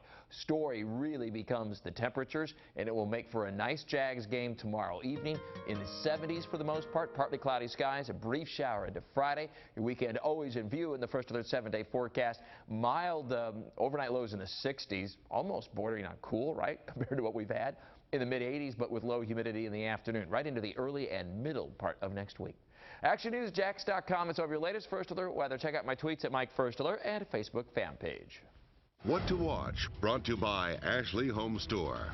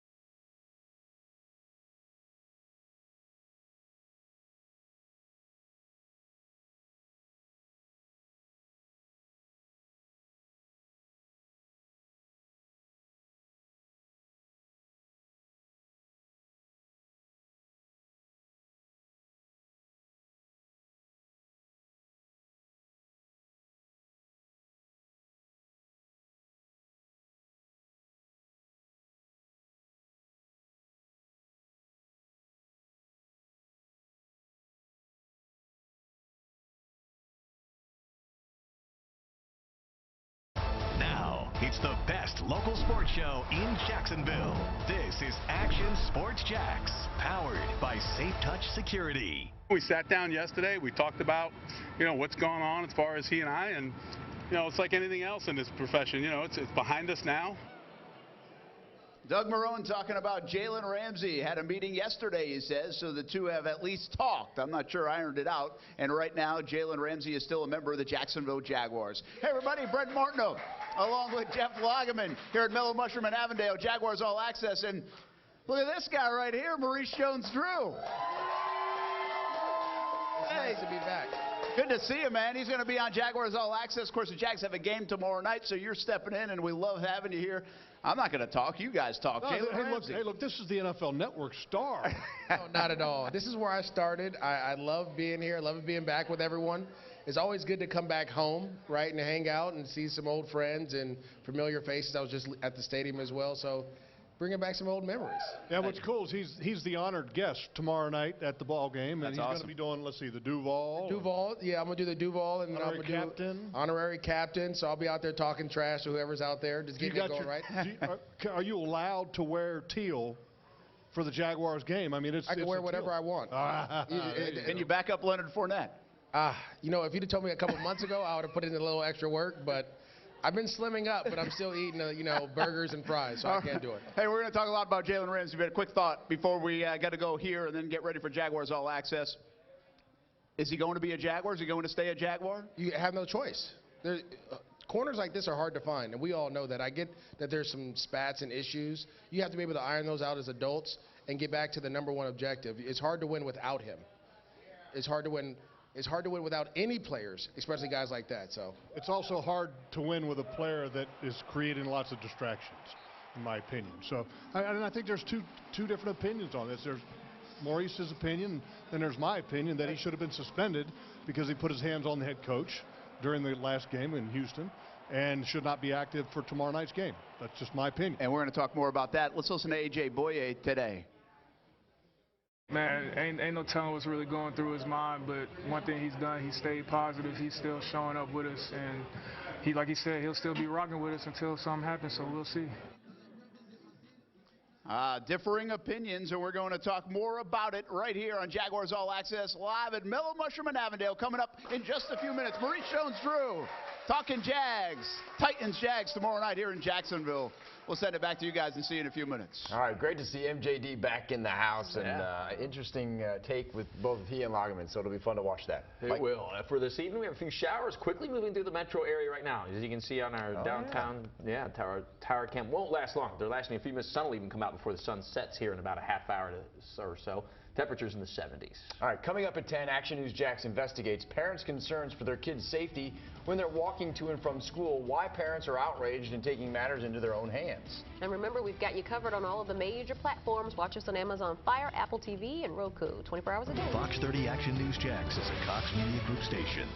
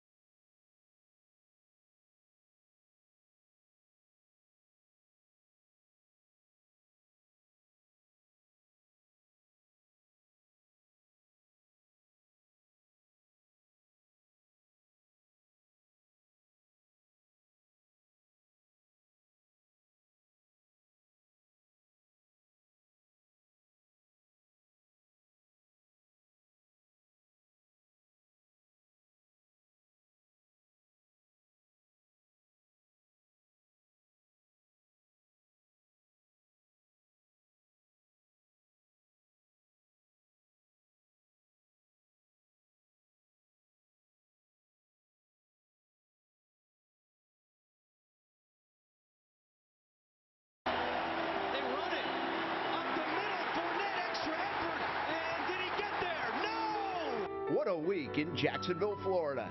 Yeah, I know it's a lot going on in the media these past couple days. I'm going to support the hell out of my teammates, man. As long as I'm a part of this team, that's all you're going to get from me. The Jalen Ramsey story continues to make headlines. His focus is on playing and doing the best job for his teammates. Oh, by the way, the Jags play a game in 24 hours on national TV. This is a quick turnaround, man. But we got a lot of guys here that have done it, and I'm kind of banking on their experience. A critical couple of days here in Duval, and we're talking about it on Jaguars All Access. This is Jaguars All Access, brought to you by Fields Auto Group, including Land Rover Jacksonville. It's time to step up to luxury. Go to fieldsauto.com. Fields matters because you matter. I want all my dogs to go out there and ball. I want to ball with them on Thursday. You know, if I'm still here. Oh, will he still be here? Is the question. Jalen Ramsey talking on Tuesday after a tumultuous week here in Jacksonville and requesting a trade out of Jacksonville. Woo, we got a lot to talk about here on Jaguars All Access tonight as you take a look inside Mellow Mushroom here in Avondale. What's up? Moose is back there, I see. We got a football game in 24 hours, which has been put on the back burner. We'll talk all about it on Jaguars All Access, presented by Fields Auto Group. Brent Martineau, along with Jeff Lageman. Maurice Jones-Drew joins us in just a couple of moments, and he'll shed some light on the Ramsey front. Pretty wild, 48 hours, 72 hours or so, huh? It is, and it's just so disappointing that it's taken away the focus of where it should be, which the Jaguars, I thought, played a really good football game in Houston and almost won it with a rookie quarterback at the helm. The defense bounced back. But now, all of a sudden, the talk is about Jalen Ramsey, and is he going to get traded? Is he going to play on Thursday night? That's not what the conversation is supposed to be about in Week 3. It's supposed to be about ball. And it might be a must-win situation for the Jacksonville Jaguars. Let's give you the latest on the Ramsey front. He's still a member of the Jacksonville Jaguars. In fact, he will play. He will start on Thursday night against the Tennessee Titans. Are you at all surprised that he's playing? I thought, and in my opinion, if you lay your hands on the head coach, even in just a little bit of a mild push fashion, you should be suspended, because you have to have respect and integrity towards that position, that head coaching position. And that if he gets suspended, he should not be playing on Thursday night. And I look, I get it. He is an incredible player. He makes this defense what it is because he can shut down the likes of a DeAndre Hopkins any day, anytime. But it doesn't make it right. And I think it sets a bad precedent. Doug Marrone announced that he will play tomorrow night. Here's Doug Marrone today talking about Jalen Ramsey. We sat down yesterday. We talked about, what's going on as far as he and I. And, it's like anything else in this profession. It's behind us now. His focus is on playing and doing the best job for his teammates. And my job being able to do the best job for the team. So, that's behind us right now. Well, that's Doug Marrone earlier today, and we'll talk so much more about it with this guy right here, former Jags great running back Maurice Jones-Drew, here on Jaguars All Access tonight. You like that? Yeah, I like it a lot. It's been a little bit, huh? You're in town with NFL Network. Obviously, you'll be talking about the game. Always good to be back in Jacksonville, right? It's always good to be back. So many people that I haven't seen in a long time. Yeah, I try to come back when I can. We're doing more in the off season the next couple of years, so it's just always good back to see everybody. My old partner here now. Right, yeah. All right, so we were talking just a minute ago during the break about the Jalen Ramsey situation. Right. And you've got an opinion on it. I've got an opinion on it. And what do you think? If you were the head coach, how would you handle that?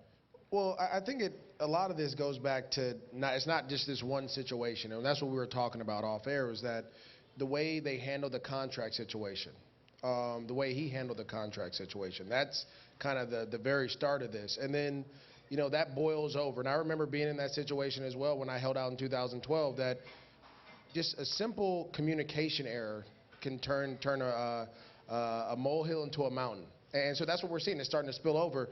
In my situation, you need better leadership in the locker room. Better leadership in the locker room. If I was in that locker room, if you were in that locker room, this wouldn't be happening. 1. 2, if I'm the head coach, I understand, especially in the situation the Jags are in, you have to win now. I get it why Doug's letting them play. But also, we're going to have a real adult conversation either after the game, not on the sideline because there's cameras everywhere. You can't do that because then people like myself, we all pick and say, you can't do this, and we're going to dissect it and everything, but we have to find a mutual respect for each other. And I heard you say that, respect. That's a big issue in our business. You have to respect me, I have to respect you in your space. And so hopefully they did that, but again, what is the end result in our business? If you don't win, you get fired. So you got to have the players out there. If I'm the head coach, he may get fined a lot, but he's going to be on that field. Baptist Health Big 3. Right now, let's talk more about Jalen Ramsey. How does this end? Is he gone from Jacksonville this weekend? Does he stay here longer than people think? What's the end game, Jeff? Well, I don't know. I would have thought that there's a suspension and that a trade would be imminent, inactive, because you don't want to risk injury if you're going to trade him. Right. But I don't know. I really don't know. I mean, because ultimately this really comes down to a decision for ownership, because I think this goes above and beyond just your football people that you've hired to do a football job. Shad Khan, I think, has to be the one making the call on this. No, you're exactly right. Shad's gonna have to come down and sit down, and that's what, when you're the head honcho and you're running everything, you don't ever want to have to get involved in these situations. But it seems as if Shad does have to step in and say, hey, listen, Doug, Jalen, we're all going to sit in my office. We're going to figure this thing out. And we're going to figure it out. And I remember there's other stories throughout the league that owners have had to step in and do that. And either it works or it doesn't work. But at least you know so that you can move forward. You don't ever want to be in the gray area. I think the one thing that was definitely apparent when watching Jalen's press conference yesterday, and Brent, you were there. Yeah. And I watched the recording of it. Money kept coming up. He's talking about Miles Jack. He got paid, and I'm happy for him. And talking about playing at other places. And a player's ability to have leverage is, number one, to withhold your services. If Jalen was not happy with his contract in the situation, he should have taken the route of Ezekiel Elliott and held out from the very beginning, not allowed it to spill over into a season of discontent. Well, and that leads us to week 3 in an important football game for an 0-2 football team. And what does it mean for the locker room, the focus? Our Baptist Health Big 3 continues, and how can you stay focused as football players, and you guys have been there, during these types of things? For me, it's easy. I got to go out there and do my job, because if I allow this to affect my ability, guess what? I get cut. So I have to go out there and do my job to the best of my ability. You can't allow outside things as football players to kind of get in when you cross the lines. Yes, this is a big issue. It's been talked about all week. It's going to be talked about next week and the week after, either until he's traded or until something's resolved. But as a football player, your job, once you cross those lines, you take anything that's going on that side stays over there. Like family issues that we've dealt with when I've been here, legal, anything. You don't focus on that. When you go on the field, you have to go out there. This is a team, the Titans, who have beaten the Jaguars. I think they were 0-6 or something. Like, they've been swept 5 out of the last 6, 4 in a row. That is the most important thing that we have to figure out how to win this game, because we can't have Derrick Henry running 99 yards down the field again. You've got a good job in TV. You're doing a really great job, because that's a segue right into our Baptist Health Big 3, and that is, how the heck does this football team beat the Tennessee Titans, Jeff? Why can't they beat the Titans? Well, because Tennessee is a physical football team, and they've allowed Derrick Henry to control the tempo in the ball game. So, I mean, he's got to be the first and foremost focus in the ball game, and we're looking at this 99-yard run that was incredible, one of the best I've ever seen, and it was a result of some really poor tackling. But one positive, the Tennessee Titans, in Thursday night primetime football games, they have not won yet. They're 0-5. Well, that's a great thing. So one of them is going to have to break. That's what it comes down to. Something's going to have to break. But Jeff, you said it best. You have to stop Derrick Henry and force Marcus Mariota to beat you on defense. Offensively, you have to score points in the red zone, and not 3. You have to score touchdowns and force this team to play from behind. They're not a team that can play from behind. So if you can get up early and jump on them, get them out of their game plan and run the ball, you have a great opportunity to kind of take this game away from them. Amidst all this, amidst the Jalen Ramsey, the 0-2, the not being able to beat the Titans, and a Thursday night football game coming to town on a nationally televised audience, there's this young man named Gardner Minshew who stepped in and done a pretty nice job. I mean, it was Minshew mania. It was almost Minshew magic a week ago. Boy, watching him on those last 2 drives at Houston, I was impressed. The moment wasn't too big for him. He did things with his legs, with his arm, with his mind. 2 consecutive drives, one a field goal drive and the other one a touchdown drive. to give this team an opportunity to win or to tie it up, I thought it was outstanding. It's hard for me to talk positive about someone that went to Washington State, but he's doing a phenomenal job. Watching him come in against Kansas City, the way he threw the ball, throwing the deep passes to Chark, and it seems like DJ Chark Jr. is the guy he wants to go to, but he has a relationship, and you're right, the moment's never too big for him. And I don't know if it's because he went to Washington State. I don't know that, but I think that he thrives in those type of situations where the game's on my back, I have to find a way to win. Well, we won't talk UCLA. We don't have enough time for that. It's all good. Live look at TIAA Bank Field. It will be tomorrow night on NFL Network. 8 o'clock game, 8:20 kick, prime time. Jaguars against the Tennessee Titans. And it is a huge football game for the Jacksonville Jaguars. Hope to see you out there. It's raining right now, but hopefully good weather tomorrow night. When we come back, Jeff goes to the film room. More with Maurice Jones-Drew. And we're not done with Jalen Ramsey as well. We've got a lot to get to. We're live at Mellow Mushroom in Avondale. Jaguars All Access presented by Fields Auto Group right here on Fox 30.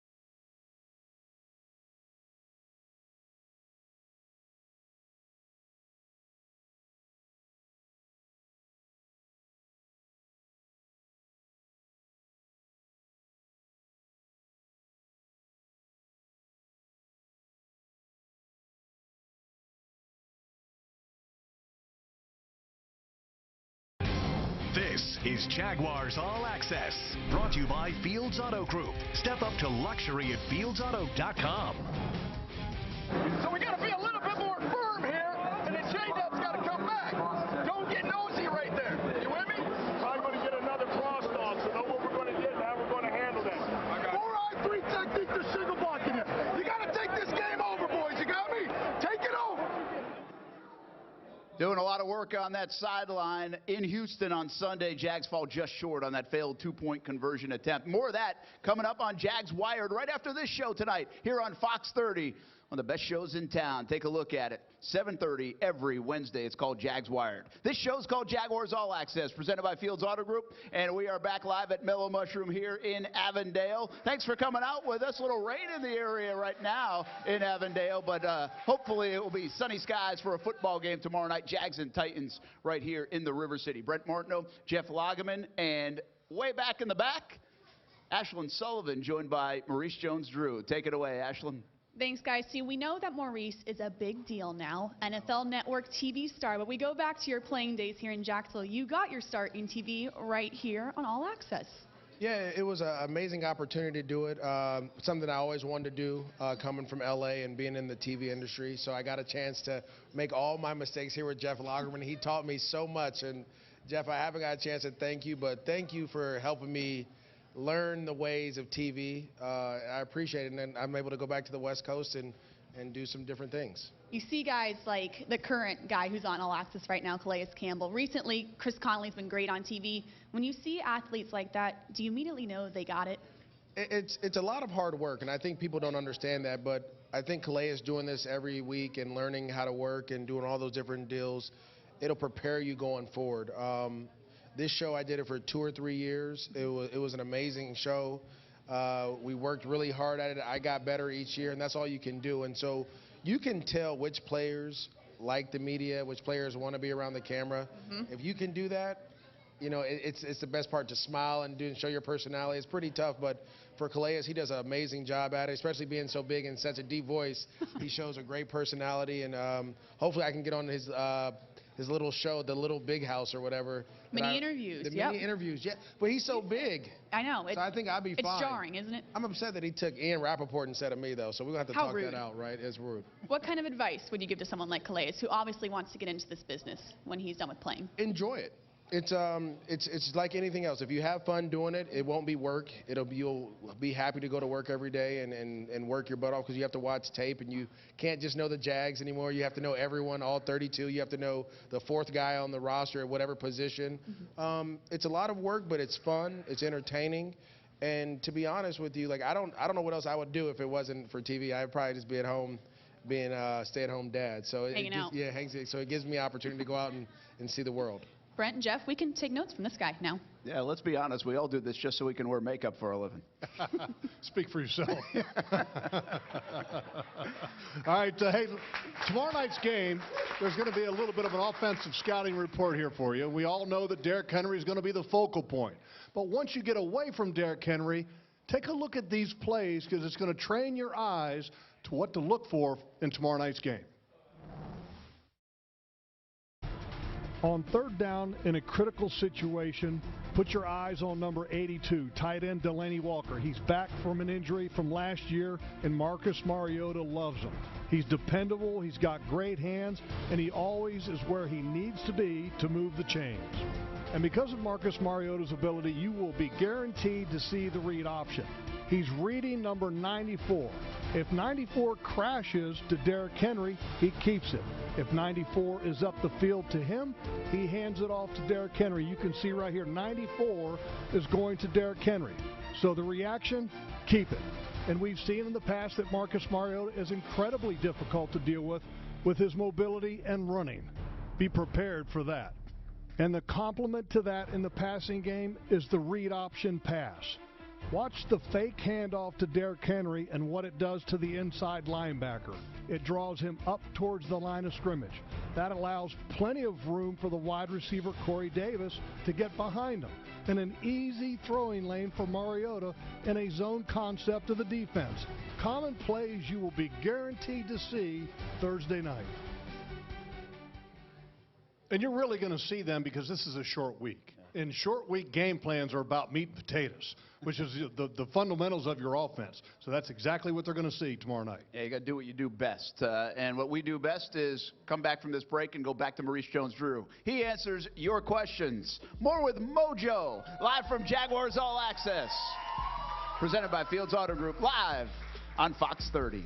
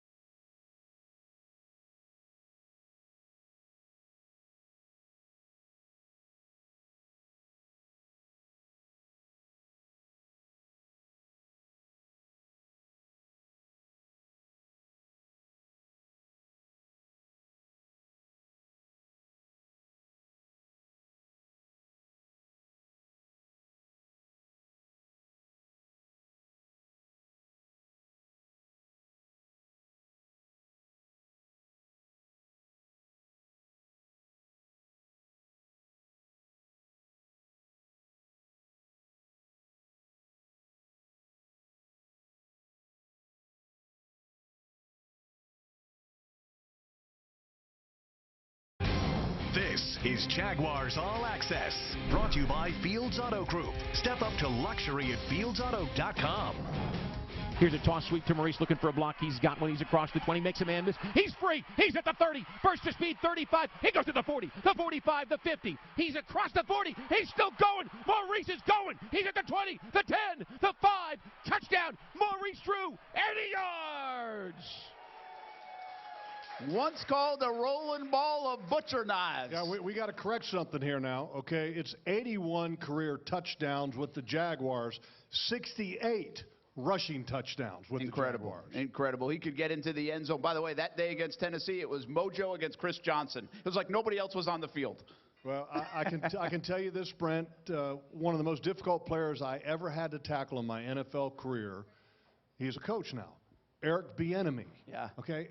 And it's crazy that Eric Bieniemy actually coached Mojo. So, Maurice, do you got a little coach in you too?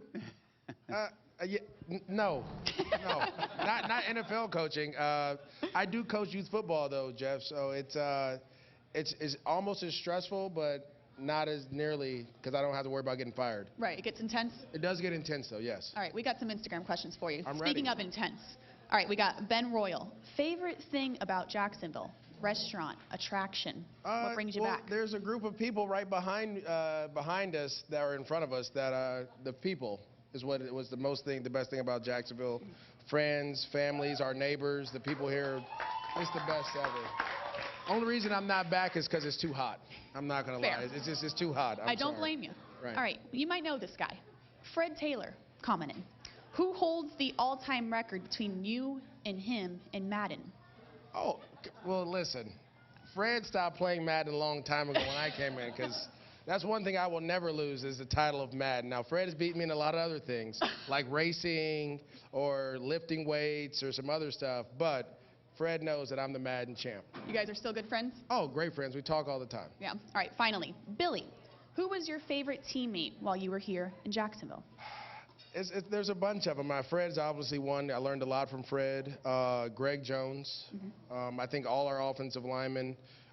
Actually, I would say, though, Derek Landry's a guy I played high school football with, was drafted by the Jags, and it was cool to someone that I grew up with to come and play with. So I would say every teammate that came through that I run into, I don't have one favorite one.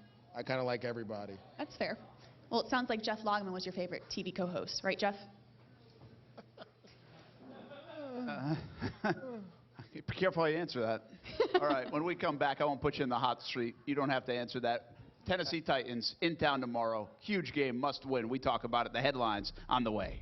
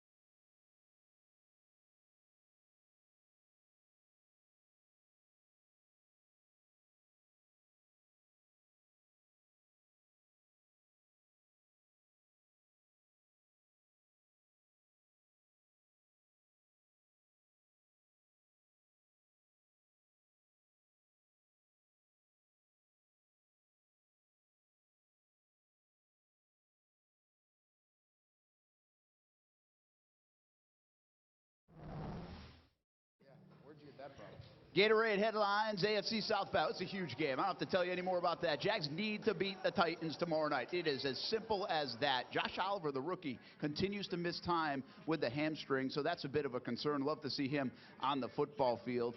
And, well, there's plenty of new fan initiatives out there that made some changes after a recent survey. Get there early, though, and the first 25,000 can get the teal T-shirts. That will be a free giveaway, so there's that, too. Hey, I want to show you, Maurice Jones-Drew fans are everywhere, right, Jeff? I actually snapped this picture with a guy in the Turks and Caicos while I was getting ready to take a ferry. That's so funny. I took the picture and I sent it to Mojo. I remember that, yes. So funny, What are the chances of finding a guy in the Turks and Caicos with a Mojo jersey? I don't know. Jag fans are everywhere. That's all that matters. That's awesome. Hey, we got to get out of here. But again, first 25,000 get a T-shirt. Next week, is Jalen Ramsey still a Jag? Yes. Jeff? I don't know. I say yes. We'll see you tomorrow night at the stadium. Jags and Titans on NFL Network. Watch Mojo on NFL Network. Watch us on CBS 47 and Fox 30. Thanks, everybody.